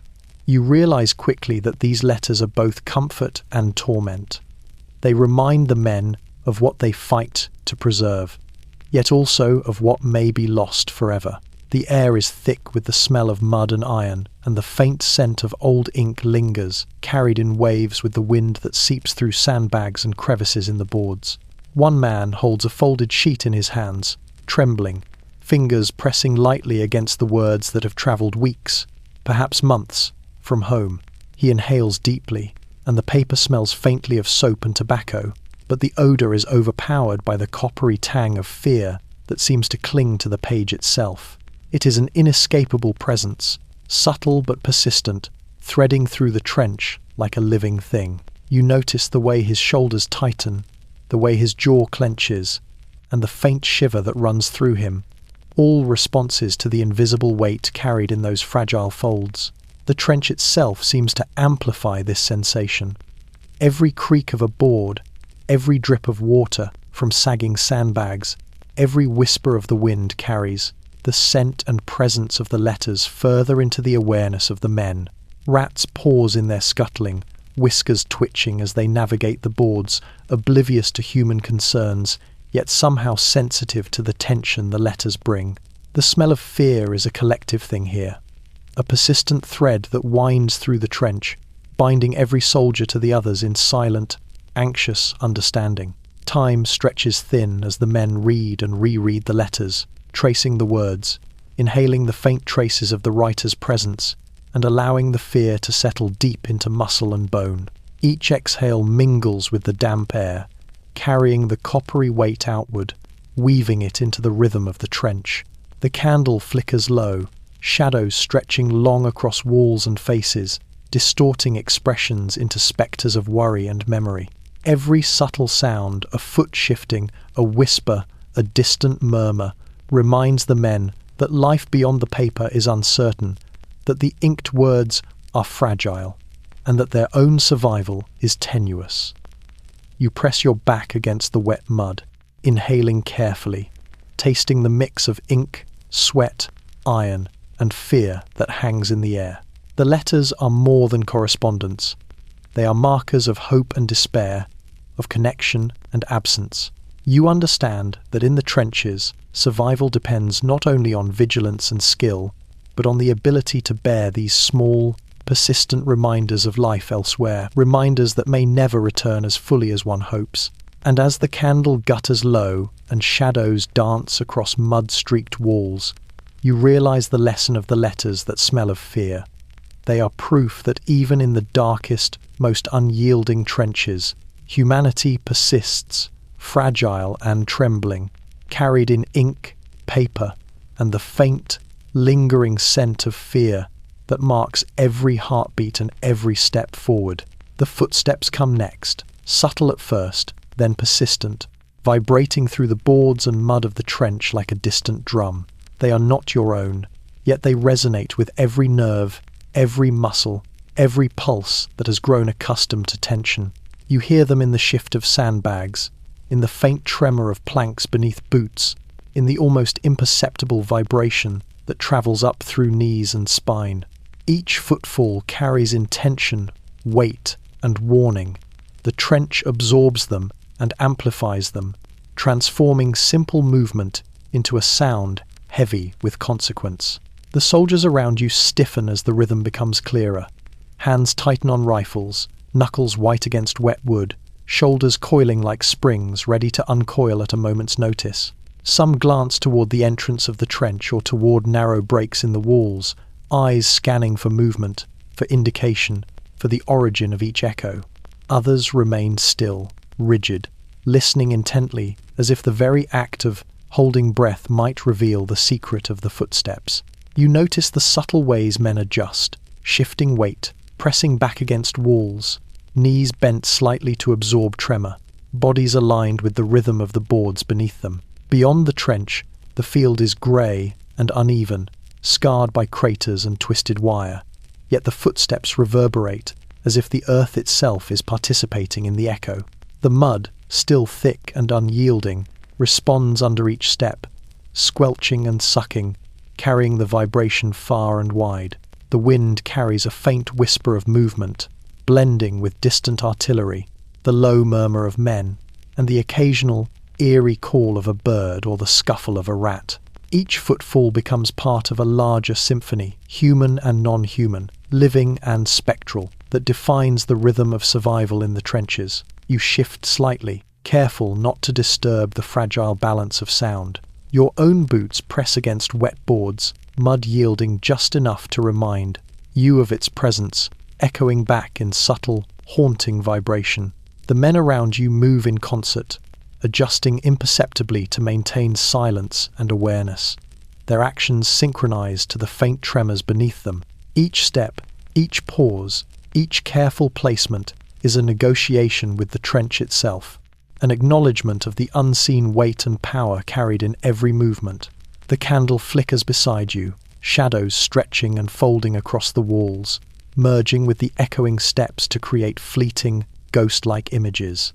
Faces appear and disappear in the dim light, expressions distorted, skeletal, tense. The footsteps remind you that the trench is alive not only in its mud and boards but in the persistent pulse of human presence.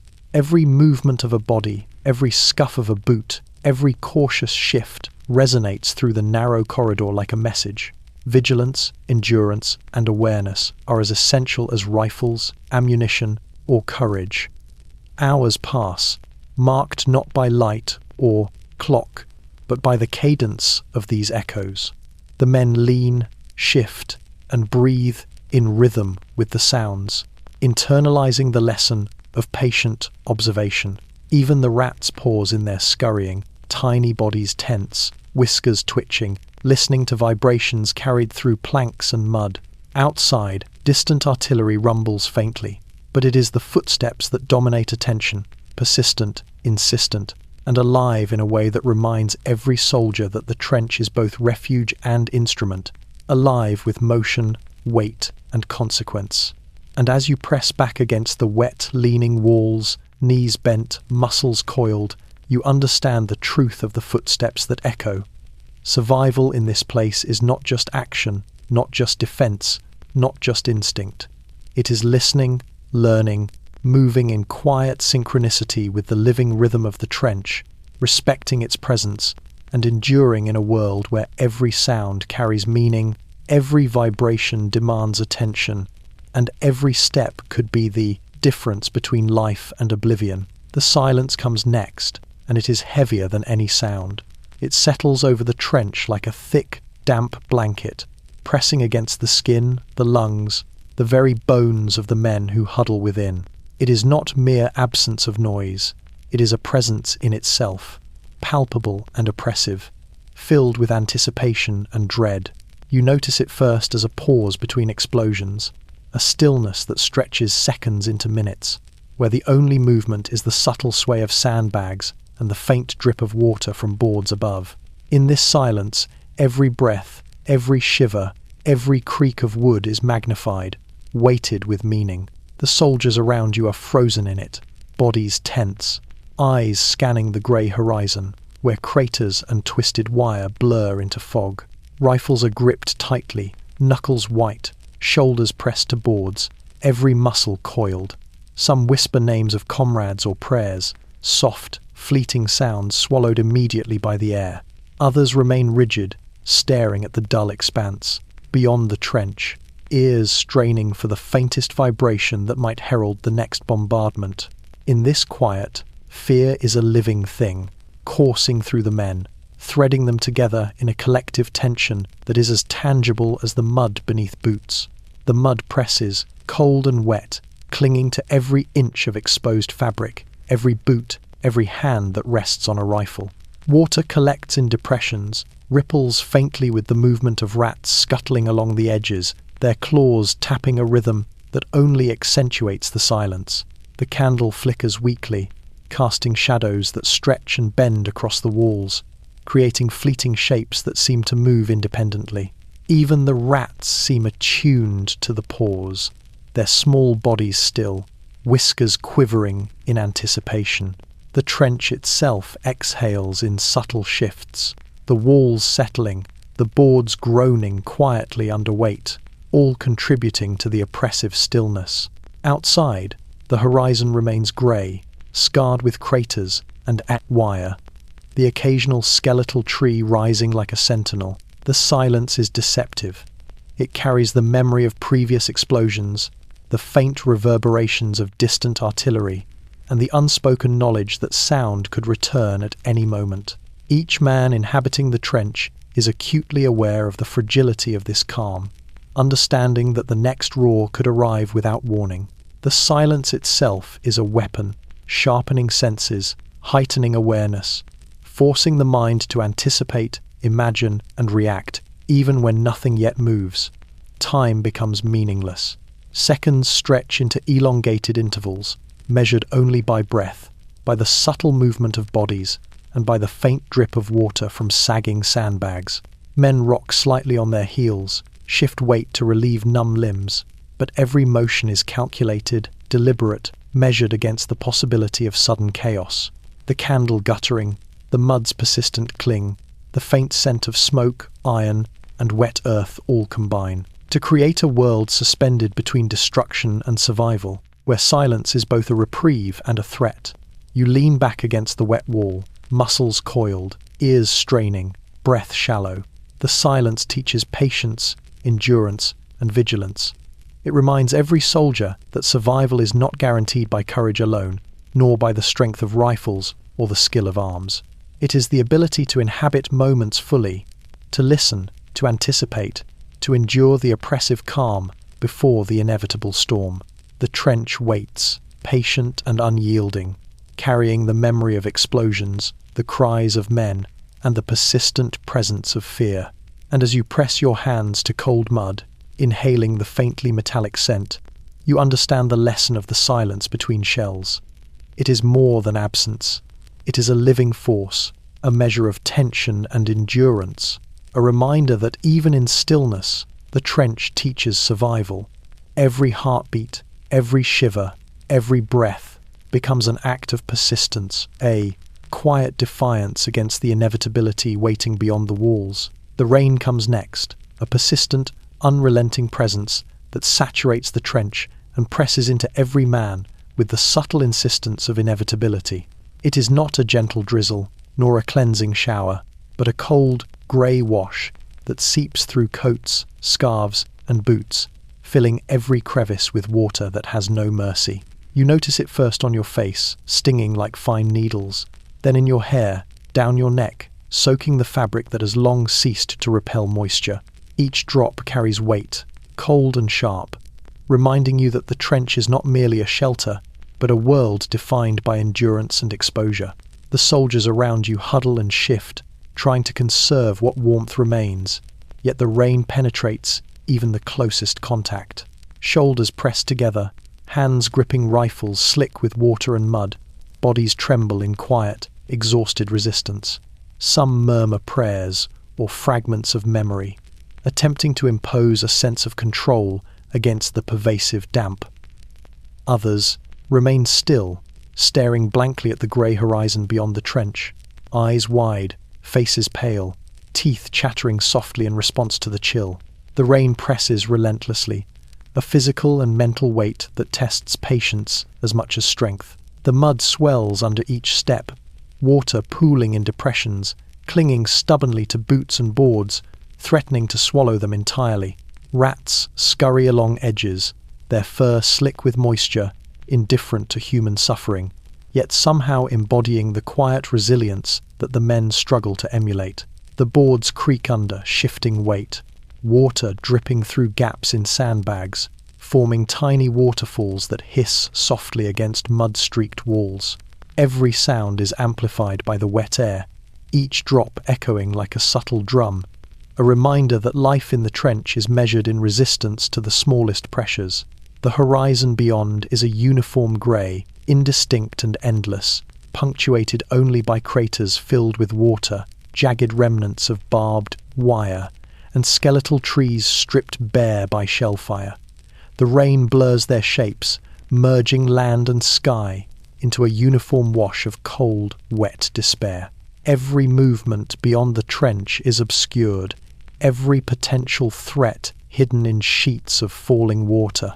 The men's senses strain, balancing fear and instinct with the physical effort required simply to remain upright, to place one foot before another without succumbing to the sucking mud. The candle flickers feebly, threatened by the drafts that accompany the storm, casting long, distorted shadows across walls streaked with mud and sweat. The men adjust constantly, shifting weight, rubbing arms and legs, rocking slightly to generate warmth. Their faces are etched with exhaustion, eyes hollow from months of cold, wet nights and constant vigilance. Each breath becomes visible, clouds of warm air in the frigid, damp trench, rising and mingling with the persistent rain that infiltrates everything.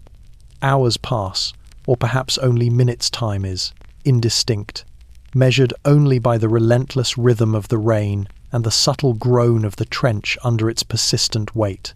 The rain is more than precipitation. It is a force that tests endurance, patience, and attention. It teaches that survival in the trench is not measured solely by courage or skill, but by the ability to endure, to persist, to keep moving and breathing even as the world itself presses cold, heavy, and unyielding against every inch of existence. And as you lean back against the damp, sagging sandbags, teeth chattering, boots sucking in mud, you understand the lesson of the rain that never stops. In the trenches, even the sky conspires to test resolve. Survival is endurance, persistence, and quiet defiance against forces both seen and unseen. In a world where comfort is absent, and every drop of rain is a reminder that life is never guaranteed, only fought for, moment by moment. The faces come next, but they do not speak. They rise briefly in memory, in reflection, in the flicker of candlelight on mud-streaked boards, and vanish again into the grey haze of the trench and battlefield beyond.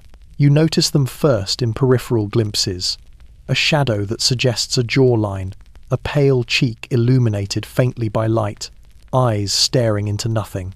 They are both present and absent, reminders of life once held and now claimed by mud, blood, or fire. The trench seems to carry them, imprinting their memory on walls, boards, and the minds of those still living. The soldiers around you shift subtly, glancing at spaces where nothing is visible, yet every man knows the emptiness is filled. Some mutter names, half-whispered, fragments of remembrance to tether the past to the present.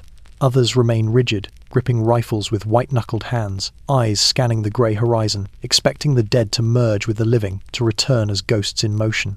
The candle flickers low, and shadows stretch across walls and faces, folding the dead into the living, warping the boundaries between flesh and memory. Mud clings to boots and uniforms, heavy with the traces of those who have fallen, and every step forward is a negotiation with earth and memory alike. Rats scuttle along boards, indifferent to life or death, yet their tiny movements echo across the hollow spaces left by those who have vanished. The wind carries faint hints of iron and decay, mingling with the scent of smoke, rain, and sweat, creating a layered tapestry that fills every nostril and settles heavily in the chest. The faces of the dead, even unseen, press upon the mind like a weight, a constant reminder that survival is temporary and fragile.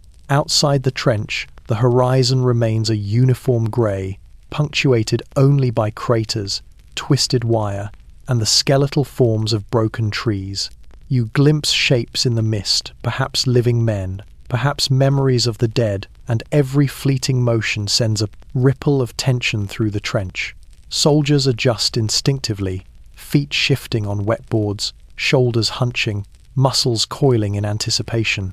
Every glance, every breath, every subtle movement becomes a negotiation with both reality and memory, as the presence of the dead hangs heavy in the air. Time stretches unnaturally in this narrow corridor of earth and shadow.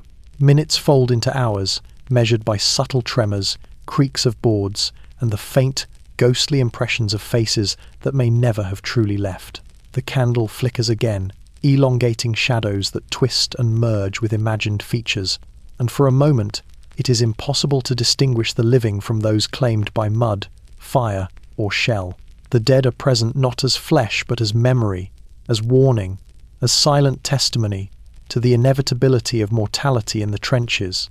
You press back against the damp wall, shivering, lungs tight with cold and anticipation, aware that every man around you carries the same spectral weight. The lesson of the faces of the dead is clear. In the trench, survival is measured not only by skill, courage, or luck, but by the ability to exist with absence, to navigate memory as carefully as terrain, and to endure knowing that every step forward is taken alongside countless unseen witnesses. And as the fog drifts thicker, swallowing horizon and field alike, you understand that the dead are everywhere, in the mud, in memory, in shadows, and that survival is as much about honoring their presence, observing their lesson, and moving cautiously through a world that is indifferent, relentless, and unyielding as the earth itself. The officer comes next, standing slightly apart from the men, shoulders squared, eyes fixed on a horizon that offers no comfort. He moves with measured precision, a figure of authority carved into the chaos of mud, boards, and shadows. You notice him first by the subtle difference in posture, a rigidity born not of pride but of necessity, and then by the way he watches. His gaze sweeps the trench and the grey expanse beyond, noting each movement, each tremor, each subtle shift that might indicate danger or disorder. Even in the damp, cold, and relentless presence of the trench, he becomes a pivot, a reference point, a reminder that someone is still observing, judging, directing. The soldiers around him respond instinctively. Some glance up briefly, seeking instruction or reassurance, then return to the careful motions of endurance, gripping rifles, adjusting boots on slick boards, pressing shoulders to walls, conserving warmth and energy. Others remain still, knowing that their survival depends on awareness as much as obedience. The officer's presence is not comforting. It is a reminder that order is ephemeral, fragile, yet indispensable in a world otherwise defined by chaos. His eyes are sharp, scanning the horizon, the trench, and the men themselves, cataloguing what moves, what trembles, and what has already been claimed by mud, fear, or fatigue. The trench itself seems to recognize him, adjusting subtly with each step he takes. Boards groan under weight, sandbags shift slightly as he brushes past, mud yielding in response to careful footfalls. Even the rats pause briefly, whiskers twitching, as if aware of the subtle authority radiating through posture, gesture, and gaze. The officer does not speak often. He does not need to. His presence is instruction, warning, and assurance all at once. Each man understands instinctively that his observation is relentless and that it shapes behavior in ways no command could achieve. Beyond the trench, the grey horizon stretches endlessly, scarred by craters, twisted wire, and the skeletal forms of trees broken long ago. The officer's gaze carries across it, noting shifts in mist, movement in distant mud, the faint glimmer of equipment or boots. His eyes flicker briefly to the candle, to the faint shapes of men pressed against walls, and then back to the horizon. He measures not only the land and its dangers, but the men, the subtle tremors of fear, the exhaustion pressing against their bodies. In his presence, every breath, every adjustment, every heartbeat becomes an act of recognition, a subtle compliance with the demands of survival. The rain continues to fall, the wind whispers through gaps in sandbags, the mud pulls persistently at boots and hands, yet the officer moves as though the trench is merely a stage, and he the only actor who must remain fully aware. His shadow stretches long in the pale, grey light, bending across walls, boards, and faces. The men follow his gaze as if it could reveal what the eyes of the trench cannot. Yet the horizon offers nothing, only a deceptive, unchanging expanse. Time is meaningless. Minutes stretch into hours, each measured by the subtle cues of movement, by the shifting of weight, by the constant observation of the officer. His presence teaches endurance, focus, and vigilance. It reminds every soldier that survival in the trench is not only about action, courage, or reaction, but about awareness, observing, anticipating, responding, and respecting the relentless rhythm of earth, mud, and fear. And as you press back against the wet boards, shivering, eyes tracing the officer's unyielding figure, you understand the lesson. In the trenches, someone must always watch. Someone must endure not only their own fear, but also the responsibility for others. Observation, vigilance, and patience are as vital as any rifle or ration, and the officer embodies this truth. In his silence, in his measured gaze, and in the steady discipline of his presence, you see the fragile thread of order that holds against the persistent chaos of war. The horizon comes next, stretching endlessly across the battlefield, pale and unyielding, offering no comfort, no guidance, no promise. You see it through the narrow opening of the trench, a flat line between mud and sky, grey upon grey, indistinct and deceptive. At first, it appears distant, a marker of separation between the trench and the world beyond. Yet its very flatness conceals danger, obscures craters, wire and bodies, and masks movement that could mean life or death. You notice it first in the subtle shift of light, a slight change in texture across the churned earth, and instinctively your pulse quickens. The horizon is patient and indifferent. It watches without judgment. The soldiers around you respond in quiet, imperceptible ways. Eyes strain to discern forms, rifles grip tighter, shoulders tense. Some whisper names or prayers softly, fragments of hope and memory, while others remain rigid, scanning the grey expanse, as though sheer attention might reveal hidden truths. The horizon offers none. It reveals only what it will, concealing as much as it exposes, teaching a lesson in patience, vigilance, and the constant tension of uncertainty. Every glance, every careful movement, every cautious step along the wet boards is measured against the deceptive calm that stretches beyond the trench. Mud clings to boots and uniforms, persistent and unyielding, carrying the faint scent of iron and decay. Water collects in shallow depressions, pooling and reflecting the pale light, creating illusions of depth or shape that are deceptive at best. Rats scurry along boards, indifferent to human concern, their movement highlighting empty spaces where unseen forces may lurk. You notice the subtle tremor of the earth beneath each step, the low groan of boards adjusting to weight, the faint hiss of water as it shifts in response.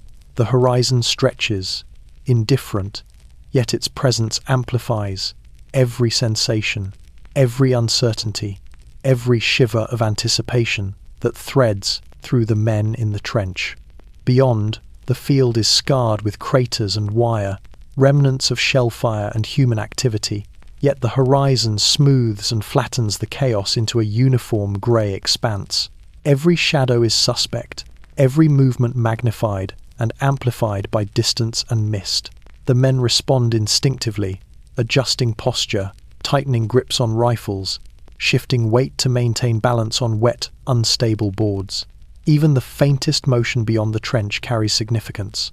The ripple of mud, a glint of metal, the subtle displacement of wire, all are interpreted as potential threat or signal, and every heartbeat is synchronized to the anticipation of what may emerge from the grey.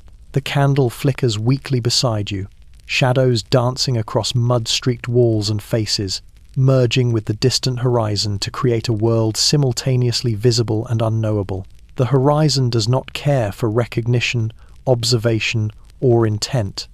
It exists beyond human control, carrying the memory of past battles, the presence of unseen enemies, and the quiet inevitability of death and survival alike.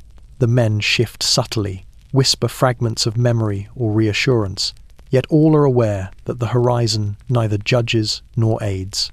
It is impartial, indifferent, eternal in its watchfulness. Time stretches in the grey light, minutes, hours, it is impossible to know, measured only by breath, by subtle shifts, by the constant awareness that life and death hang precariously in the balance. You lean against the wet wall, shivering, eyes fixed on the line where earth meets sky, and understand the lesson. The horizon promises nothing, reveals nothing fully, and offers no comfort.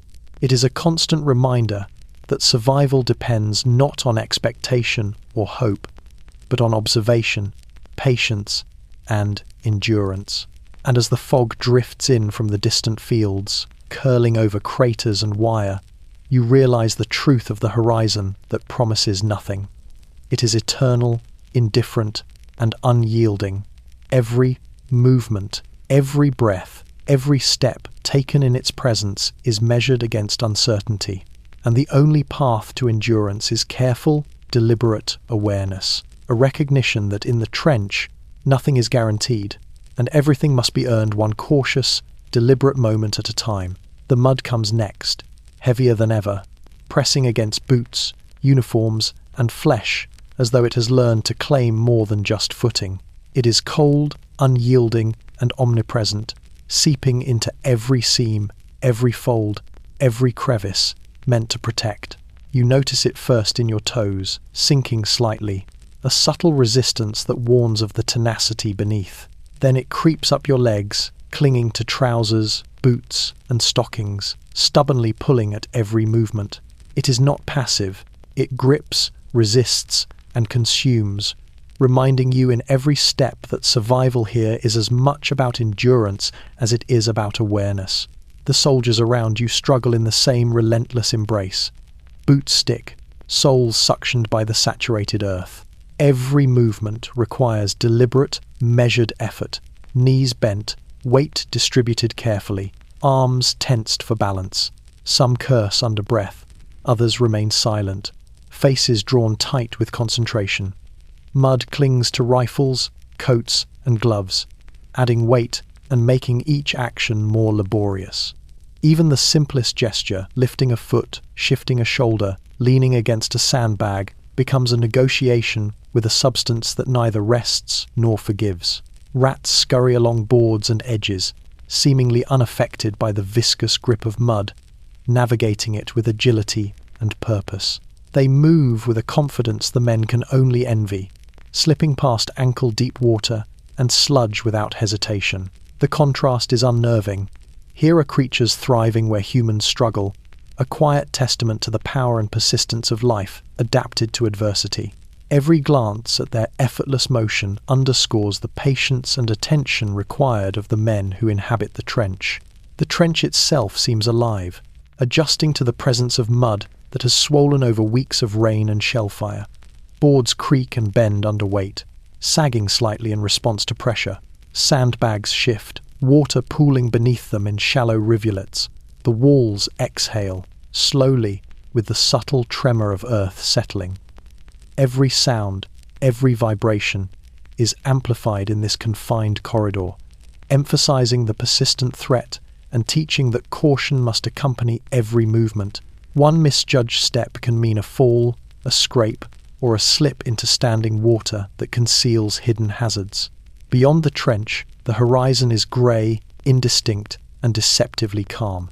Craters fill with water, reflecting the muted light of dawn, while twisted wire glints faintly through the mist. Movement is dangerous. Each step must be calculated, each breath measured. The mud swallows more than boots. It takes time, energy, and focus, leaving men fatigued before danger arrives. The tactile, unrelenting challenge of the trench becomes part of the rhythm of life. Step, pull, shift, hold, repeat, with attention never allowed to waver. The candle flickers weakly, casting shadows along walls streaked with mud and sweat. The men adjust constantly, leaning, shifting, and coiling, muscles to resist the pull of the earth. Hands tremble as they grip rifles. Faces are pale and tense, eyes scanning the grey field beyond. Time stretches, elongated by effort and vigilance, measured in the labour of every movement. And as you press back against the wet sandbags, boots sinking slightly, lungs tight with effort, you understand the lesson of the mud that takes all.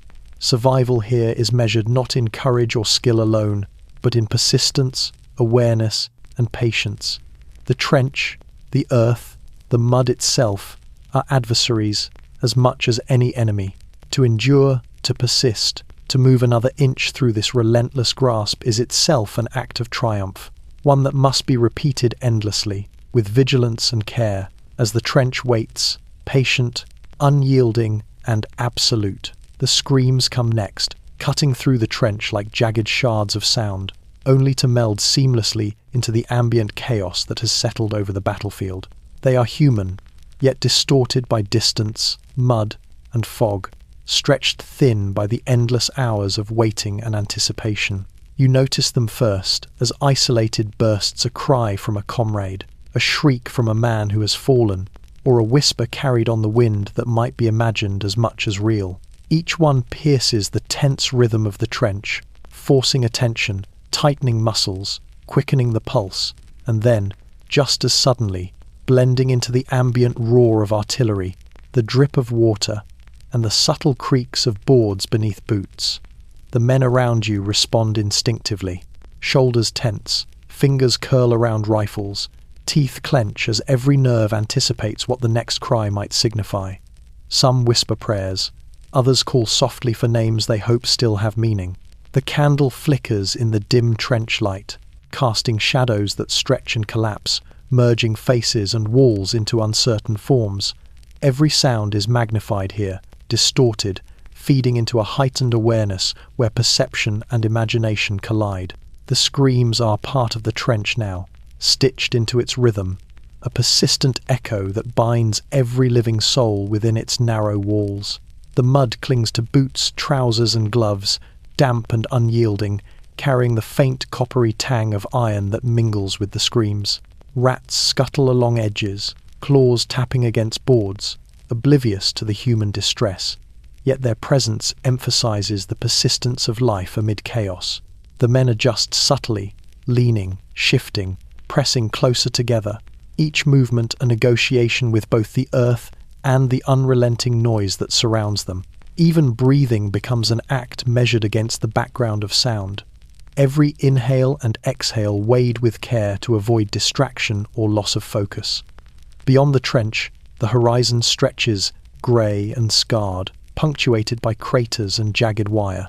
The screams carry faintly across it, merging with distant artillery and the whisper of wind, creating a seamless tapestry of sound that blurs distinction between immediate danger and memory.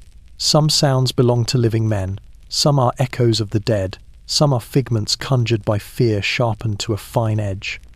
The horizon offers no clarity, only space for imagination to fill with dread. Every form glimpsed in the mist, every subtle shift in shadow, feels heightened, magnified by the layer of screaming humanity that underpins the landscape.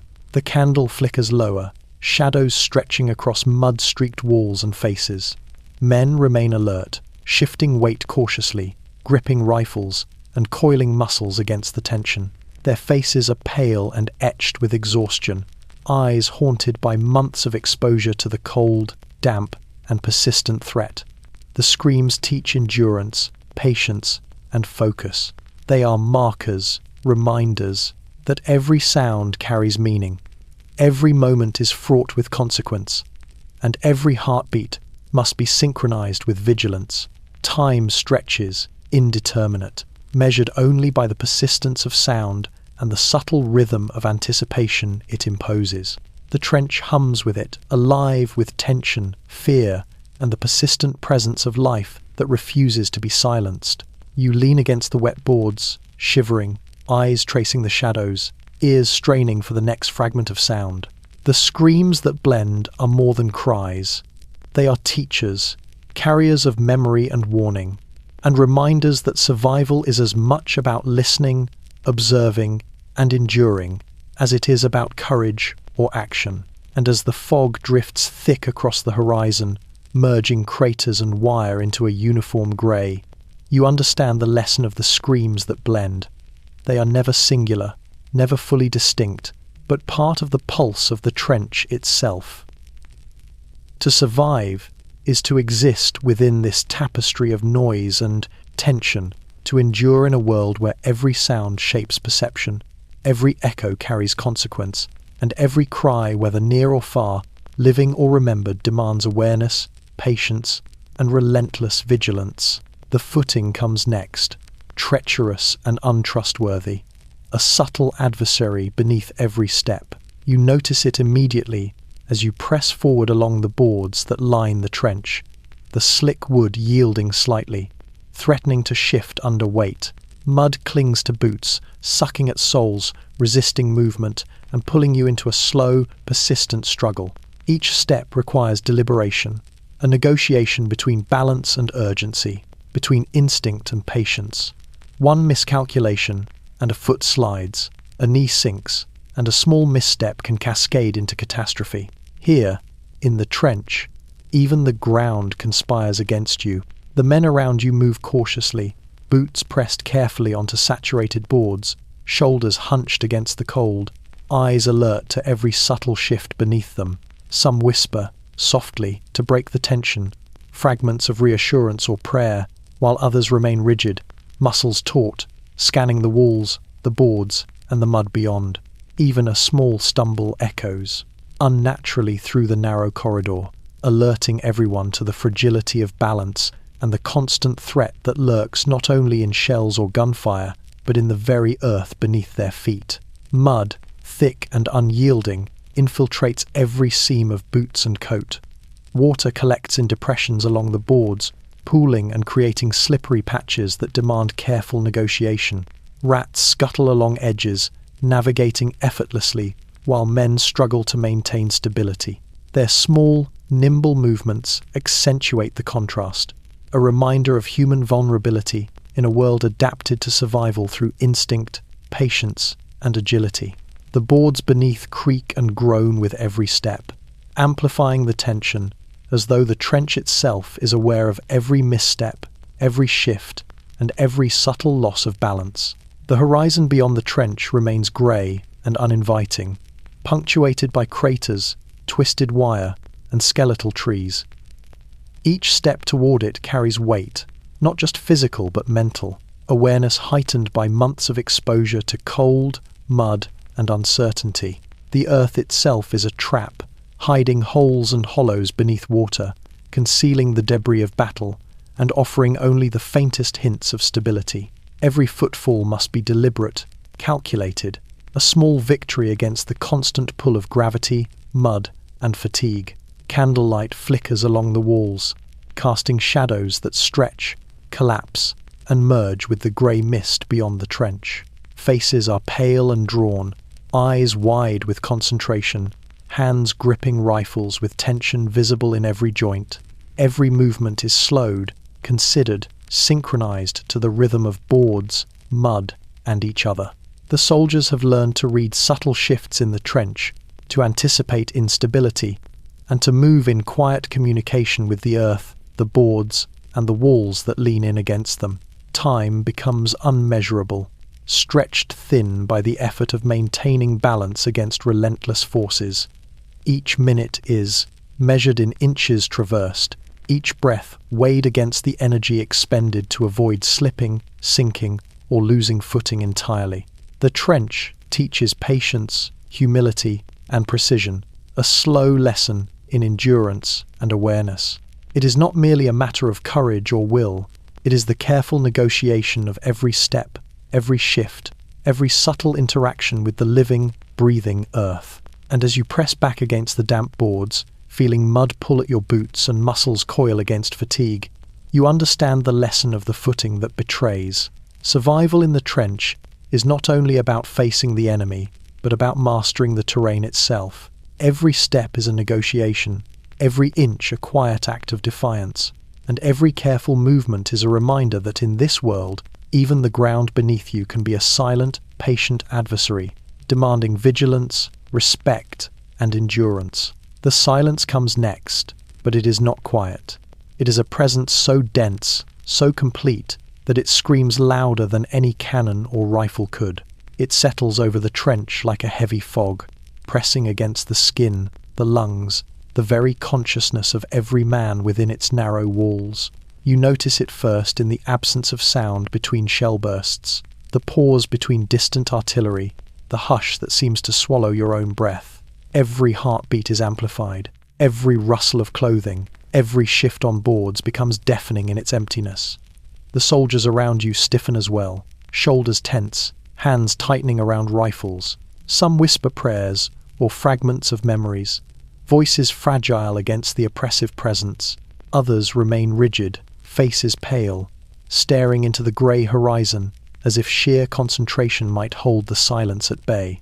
Even the rats seem aware, pausing mid-scuttle, whiskers quivering, ears alert to the emptiness that fills the trench.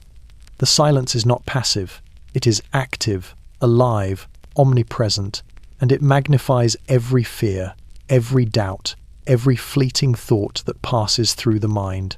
The mud clings persistently to boots and clothing, water pooling in shallow depressions and adding weight to every movement. Boards groan under shifting weight, sagging slightly in response to the constant pressure of months of use. The trench walls lean in close, absorbing sound and memory alike, pressing the quiet into every joint and muscle. Every subtle vibration, a footstep, a dropped piece of gear, a shifting body resonates unnaturally in the still air, creating a rhythm that is both hypnotic and terrifying.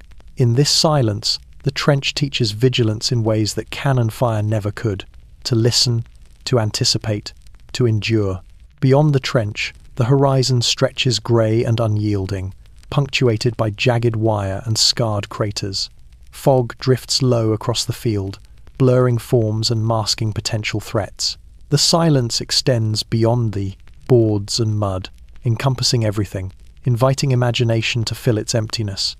Every shadow seems alive, every distant shape a potential enemy or fallen comrade. The men adjust instinctively, shifting weight, coiling muscles, leaning against walls, gripping rifles tighter. Every sound that exists, however small, is measured against the vast canvas of absence. Candlelight flickers, casting shadows along mud-streaked walls and haggard faces. Each movement becomes a small act of negotiation. A foot placed carefully, a shoulder shifted, a hand gripping a weapon, each gesture weighed and deliberate. The air smells of damp earth, iron, and faint traces of smoke. Every inhale carries the memory of fear. Every exhale is a quiet act of endurance. The silence is a teacher, demanding attention, patience, and awareness, reinforcing the lessons learned from mud, boards, and the endless grey horizon beyond. Time loses meaning in this oppressive quiet. Minutes stretch into hours, measured only by the subtle creaks of boards, the distant echo of artillery, and the intermittent scuttling of rats. The soldiers breathe in unison, a shared rhythm within the oppressive stillness, each aware that the absence of sound is as dangerous as its presence. It is a constant, relentless pressure, a force that shapes perception, tests nerves, and reminds every man that the trench is alive, patient, and unforgiving.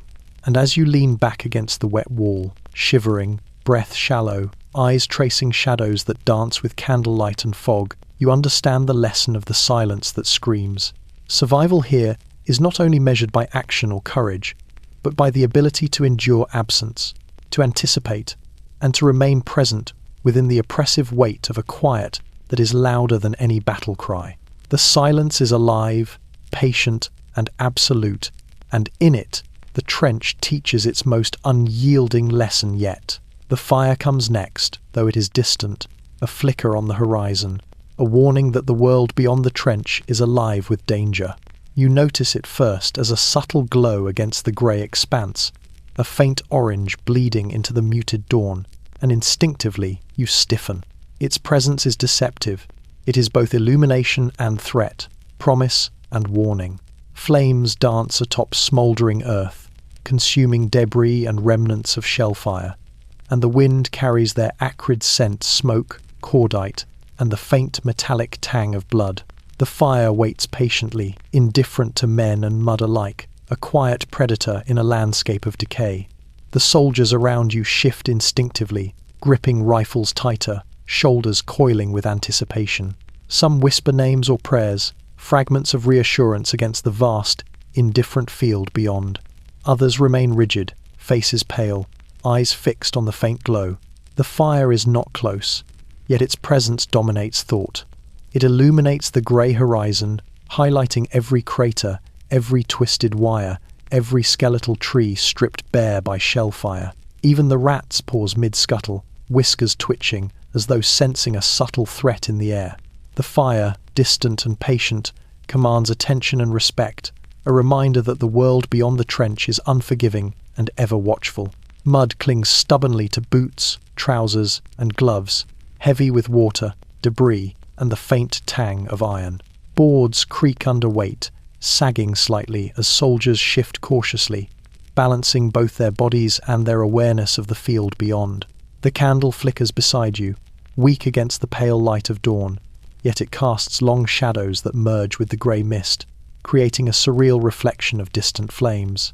The fire highlights every subtle imperfection, every vulnerability, every misstep waiting to occur, teaching that observation, patience, and vigilance are as vital as courage or skill. The horizon stretches grey and scarred, punctuated by craters and twisted wire, and the faint orange glow of fire casts faint illumination over the terrain.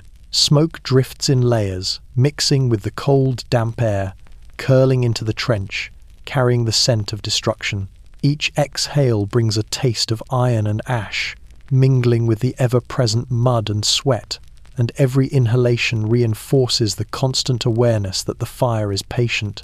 It does not rush, it does not consume immediately.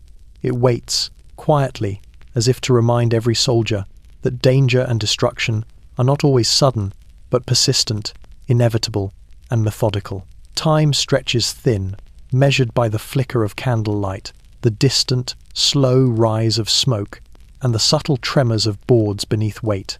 The men adjust constantly, shifting slightly, coiling muscles, pressing shoulders against walls. Every subtle movement is a negotiation with the trench, the mud, the boards, and the distant, waiting flames beyond. The rats continue their scuttling, indifferent to the fire, navigating the trench with the confidence that humans have long lost. You press your back against the damp wall, shivering, lungs tight with cold and anticipation, eyes tracing the faint glow of fire on the horizon. You understand the lesson it carries. The battlefield is patient, observant, and relentless. The fire waits, unyielding, and indifferent to human presence. A reminder that survival is not measured by proximity to danger alone, but by awareness, endurance, and careful, deliberate observation. And as the smoke drifts thicker into the trench, curling around boards and faces, you realize the truth of the fire that waits. It is a teacher of patience, vigilance, and respect. It burns not just the earth, but the mind, demanding constant attention, reminding every man that the battlefield is alive, and that survival requires not just courage, but the quiet discipline to endure, observe, and act within the relentless rhythm of war. The water comes next, cold and unrelenting, seeping into every fold, every seam, every vulnerable spot the trench has failed to shield. You notice it first in the shallow puddles that pool unevenly along the boards, reflecting grey skies above and the faint flicker of a candle beside you. Then it creeps into boots, slipping past leather and fabric, cold biting through socks and chilling the skin beneath. Every movement is accompanied by the sucking resistance of mud-laden water, a constant reminder that the trench itself is a force, patient and persistent, indifferent to discomfort, fear, or exhaustion. The soldiers around you adjust carefully, pressing shoulders to walls, gripping rifles tightly, shifting weight to maintain balance on slick, unstable boards. Some whisper fragments of prayers, soft and fleeting, seeking comfort in ritual when no comfort exists. Others remain rigid, muscles coiled, eyes fixed on the grey horizon that stretches beyond the trench, eyes scanning the uneven landscape for threats that may or may not exist. The water presses insistently against their boots and trousers, amplifying the awareness of every movement, every subtle shift, every heartbeat. Mud swells beneath the boards, saturated with constant rain, shell water, and seepage from the earth itself. Rat claws tap against wood, their small, precise movements accentuating the resistance beneath human feet. The boards groan under weight, sag subtly, transmitting vibrations upward through knees, spine, and shoulder. The trench feels alive in the presence of water, not as a threat, exactly, but as an omnipresent force that requires negotiation, adaptation, and constant attention. One slip could mean soaked uniforms, bruised knees, or worse, a sudden imbalance that draws unwanted attention or exposes vulnerability. Beyond the trench, the horizon remains grey and indistinct, punctuated by craters filled with water, wire twisted into jagged shapes, and the skeletal remains of trees broken long ago. Water glistens faintly in the distance, pooling in depressions and reflecting muted light, making the landscape appear more treacherous than it already is. Each subtle ripple, each glint of reflection demands attention. Every step forward must be deliberate, measured against unseen hazards hidden beneath the grey surface. The trench teaches that survival depends not only on vigilance against enemies, but against the very earth itself, ever patient, ever unyielding, ever ready to claim what carelessness allows. The candle flickers in the dim light, casting shadows along mud-streaked walls and overdrawn, pale faces. Hands tremble as they grip rifles, muscles tense from cold and exertion, eyes scanning the horizon and trench alike. The sound of water shifting in shallow depressions, mingling with the faint creaks of boards and the low moan of wind, fills every moment, creating a rhythm that binds the men to the present, to the trench, and to each other. Every subtle motion, a foot lifted, a shoulder adjusted, a body coiled, is amplified in awareness. A negotiation between the men, the mud, and the persistent, cold water that clings to all. Hours stretch, measured not by sun or clock, but by the persistence of water and the rhythm it imposes. Breath comes slow and deliberate, movements cautious, vigilance constant.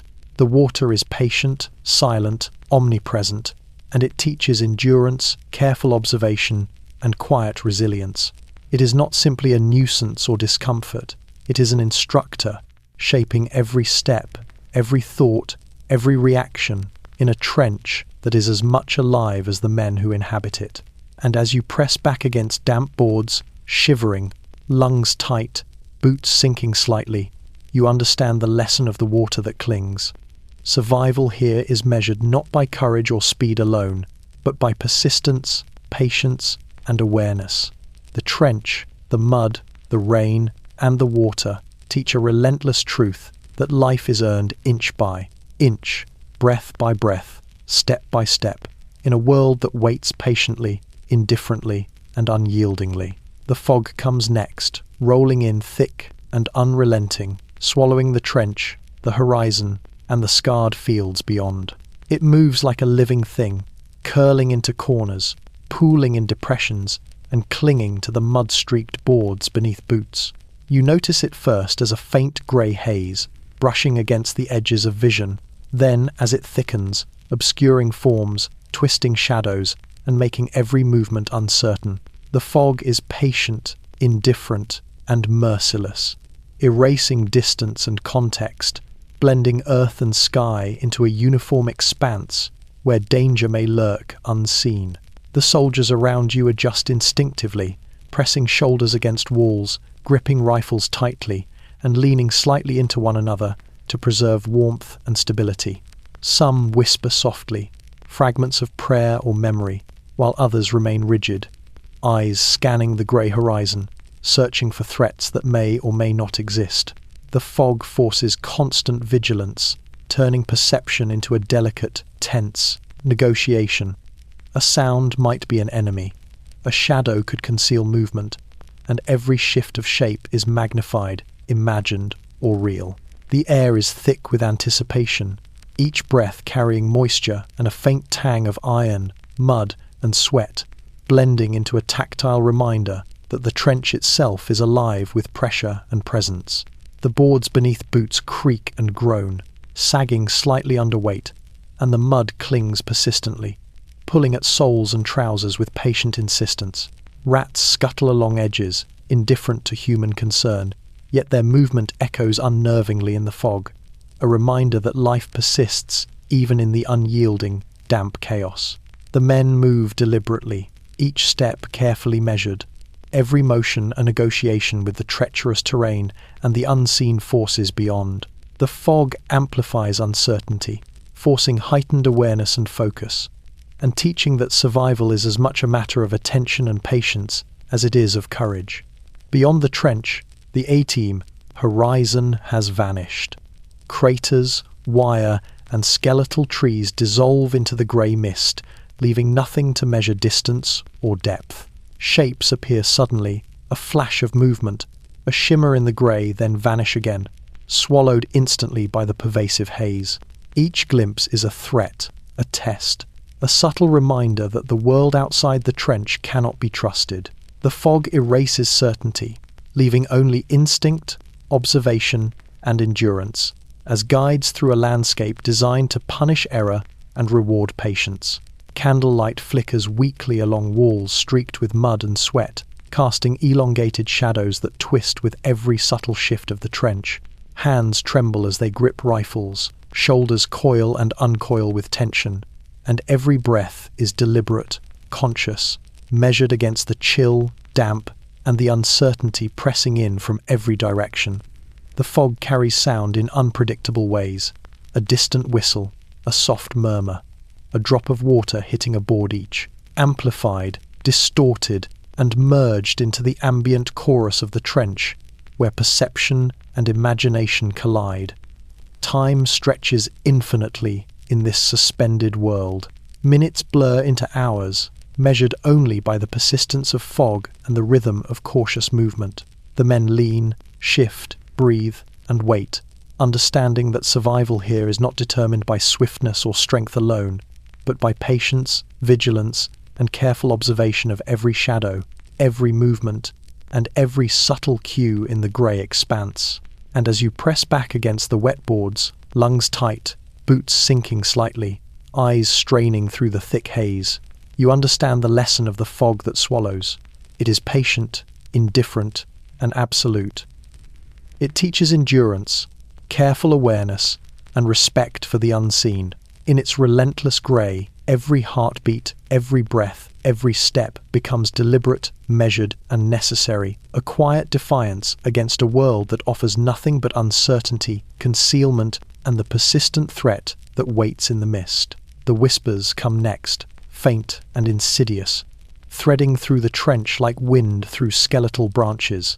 At first, you question them, a fragment of sound carried on the damp air, perhaps imagined, perhaps real.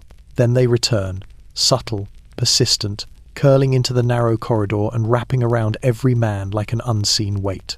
You notice them first in the low mutters of men, trying to reassure themselves, fragments of memory or prayer, blending seamlessly with the natural hum of the trench, the drip of water from sagging sandbags, the groan of boards beneath boots, the distant echo of artillery.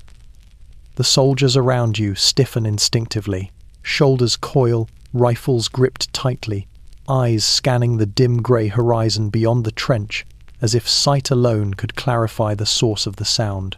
Some whisper back softly, fragments of conversation too faint to discern, seeking to anchor themselves to one another, to human presence amid the persistent grey. Others remain rigid, silent, listening intently, as if the act of acknowledgement might clarify, or perhaps defy, the whispers that move unseen through the damp air. Every movement becomes measured, each shift deliberate, conscious of the pervasive tension that threads every sound into a tapestry of potential threat. Mud clings unrelentingly to boots and clothing, water pooling in shallow depressions, adding weight and subtle instability to every step.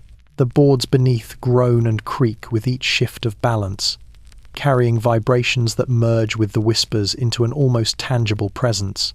Rats scurry along edges and gaps, oblivious to human fear. Yet their small movements accentuate the tension, drawing attention to every shadow and hollow in the boards and mud. The whispers are everywhere, ephemeral yet undeniable, teaching that survival is as much about attention to subtle cues as it is about strength, courage, or instinct. Beyond the trench, the grey horizon stretches endlessly, punctuated by craters, twisted wire, and skeletal remains of trees broken long ago. The whispers seem to travel beyond the trench as well, carried faintly by wind across the waterlogged field, mingling with distant sounds of artillery, movement, and human breath. Shapes appear and vanish, illusions conjured by fear sharpened to a keen edge, or perhaps glimpses of the living or dead beyond. Every shadow is suspect, every ripple of sound amplified in perception, and every man adjusts posture, weight, and grip accordingly. A dance of vigilance dictated by both the environment and the subtle, persistent whispers. Candlelight flickers, elongating shadows that crawl across mud-streaked walls and drawn faces. The men remain tense, shifting weight, adjusting rifles, pressing shoulders against one another, breathing carefully. The whispers weave through every action, a constant reminder that the trench itself is alive with sound, presence, and memory. The air is thick with damp, faint iron, mud, and the subtle, almost imperceptible trace of human sweat. Every inhale carries the whispers deeper. Every exhale reinforces their presence, threading them into muscle, nerve, and bone. Time stretches unnaturally, measured not by sun or clock, but by the persistence of the whispers and the rhythm they impose. Every step, every gesture, every glance becomes an act of endurance, requiring patience, observation, and unwavering attention. The trench hums quietly in response, alive with tension, fear, and anticipation. And as you press back against the wet boards, lungs tight, eyes straining through shadows and mist, you understand the lesson of the whispers that move. Survival here is not simply about action or bravery. It is about listening, perceiving, enduring, and remaining aware in a world where sound itself carries warning, memory, and threat. Every whisper is a teacher, every murmur a lesson, and every subtle movement a reminder that the trench demands vigilance, patience, and the quiet persistence of presence. The boots come next, heavy, soaked, and untrustworthy. Each step a negotiation with mud, boards, and the unrelenting weight of the trench. You notice them first in your own feet, leather slick with rain, soles sinking slightly into saturated boards, toes cold and stiff, heels pressed against wet wood as if testing the ground for betrayal.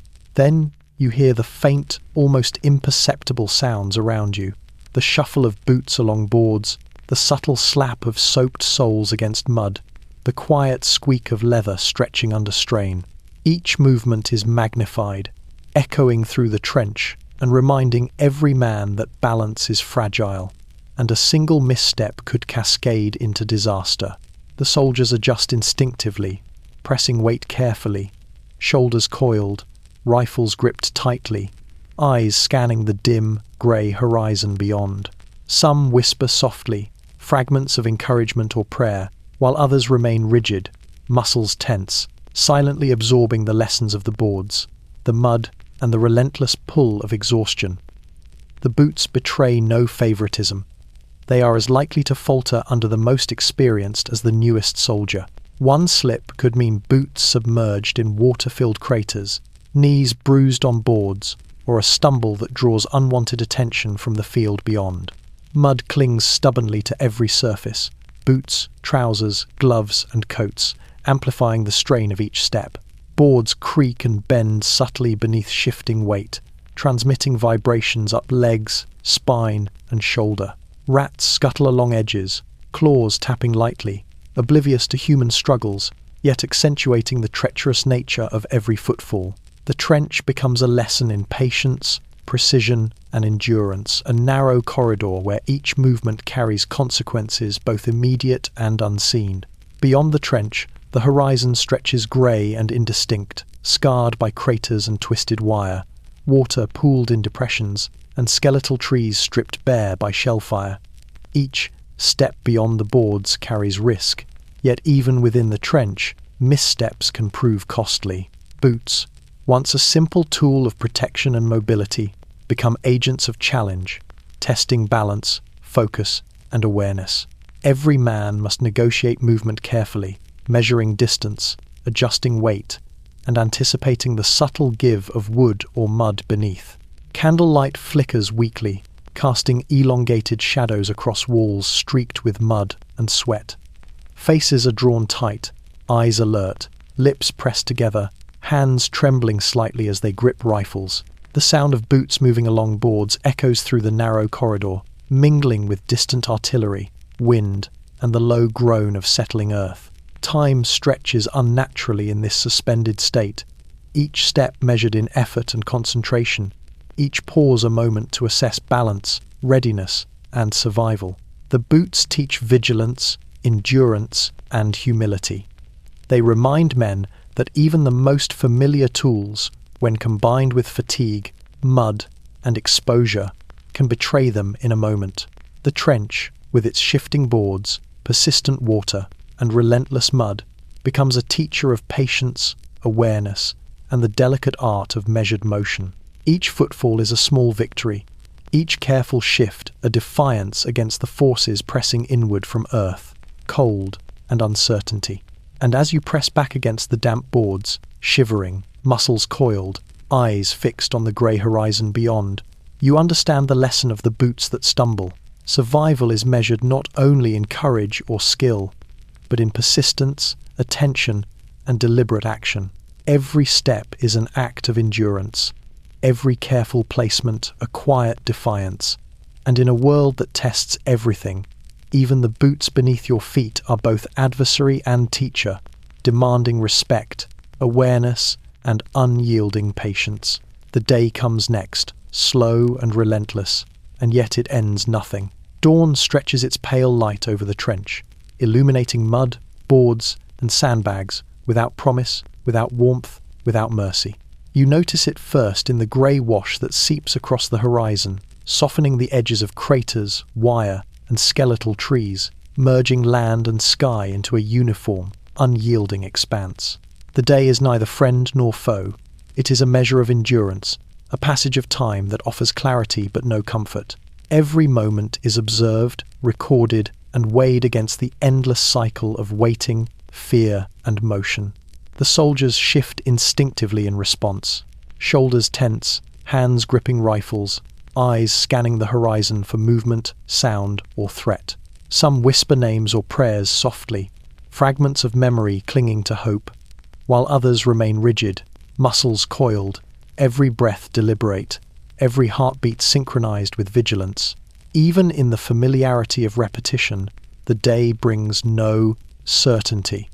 Shells may fall, the mud may claim boots, rats may scurry unheeded, and yet the horizon remains grey and indifferent, offering no answers, only persistence. Mud clings unrelentingly to boots and clothing, water pooling in depressions, saturating boards and soaking fabric. Every step requires negotiation, knees bent, weight distributed carefully, hands pressing for balance. The boards beneath groan and shift under pressure, echoing subtly through the narrow corridor. Rats scuttle along edges, indifferent to human concern, their agile movements a constant reminder of adaptability and instinct, contrasting sharply with human vulnerability. The day presses, not with heat or comfort, but with presence, a continuous measure of exposure, effort, and endurance. Beyond the trench, the horizon remains grey and unyielding, scarred by craters and twisted wire, skeletal trees stripped bare by repeated shellfire. Water glistens in low depressions, reflecting the pale light of dawn, and shadows bend unpredictably in the uneven terrain. Every subtle movement is magnified, every ripple of mud, every glint of metal, every faint figure in the mist carries significance. The day is patient and indifferent, allowing observation but withholding clarity, forcing men to navigate uncertainty, anticipate danger, and endure exposure in a world that offers nothing but persistence. Candlelight flickers weakly along mud-streaked walls, shadows stretching and collapsing across faces etched with fatigue and tension. Hands tremble as rifles are gripped, shoulders tense against the cold, eyes wide with awareness. Every subtle sound, drip of water, groan of boards, distant artillery merges with the rhythm of the day, creating a symphony of endurance that tests vigilance and patience. The trench hums quietly, alive with tension, observation, and the persistent awareness that survival depends on measured action, not just courage. Hours stretch, elongated by anticipation, observation, and the relentless presence of the day. Men shift, adjust, breathe, and wait, understanding that survival is as much about enduring repetition, monotony, and exposure as it is about reaction to sudden violence. Every movement, every careful step, every deliberate breath becomes a small triumph, a quiet act of persistence against the indifference of time and environment. And as the pale light washes across mud, boards, and the grey horizon, you understand the lesson of the day that ends nothing. In the trench, survival is measured not in conclusion, victory, or relief, but in endurance. Each moment must be lived deliberately, each breath taken consciously, each movement executed with care. The day offers no comfort, no resolution, no promise of safety, only the relentless passage of time, a quiet, persistent teacher of vigilance, patience, and human resilience in a world that is indifferent, unyielding, and eternal. So tonight, as the sun fades and shadows deepen once more, you press back against the wet boards, lungs tight, muscles coiled, eyes tracing the grey horizon, and understand that in the trenches, the world ends nothing, yet demands everything. This is war, as it truly is, merciless, unrelenting, and absolute, and it is in enduring each day, without expectation or promise, that survival becomes the quietest victory of all.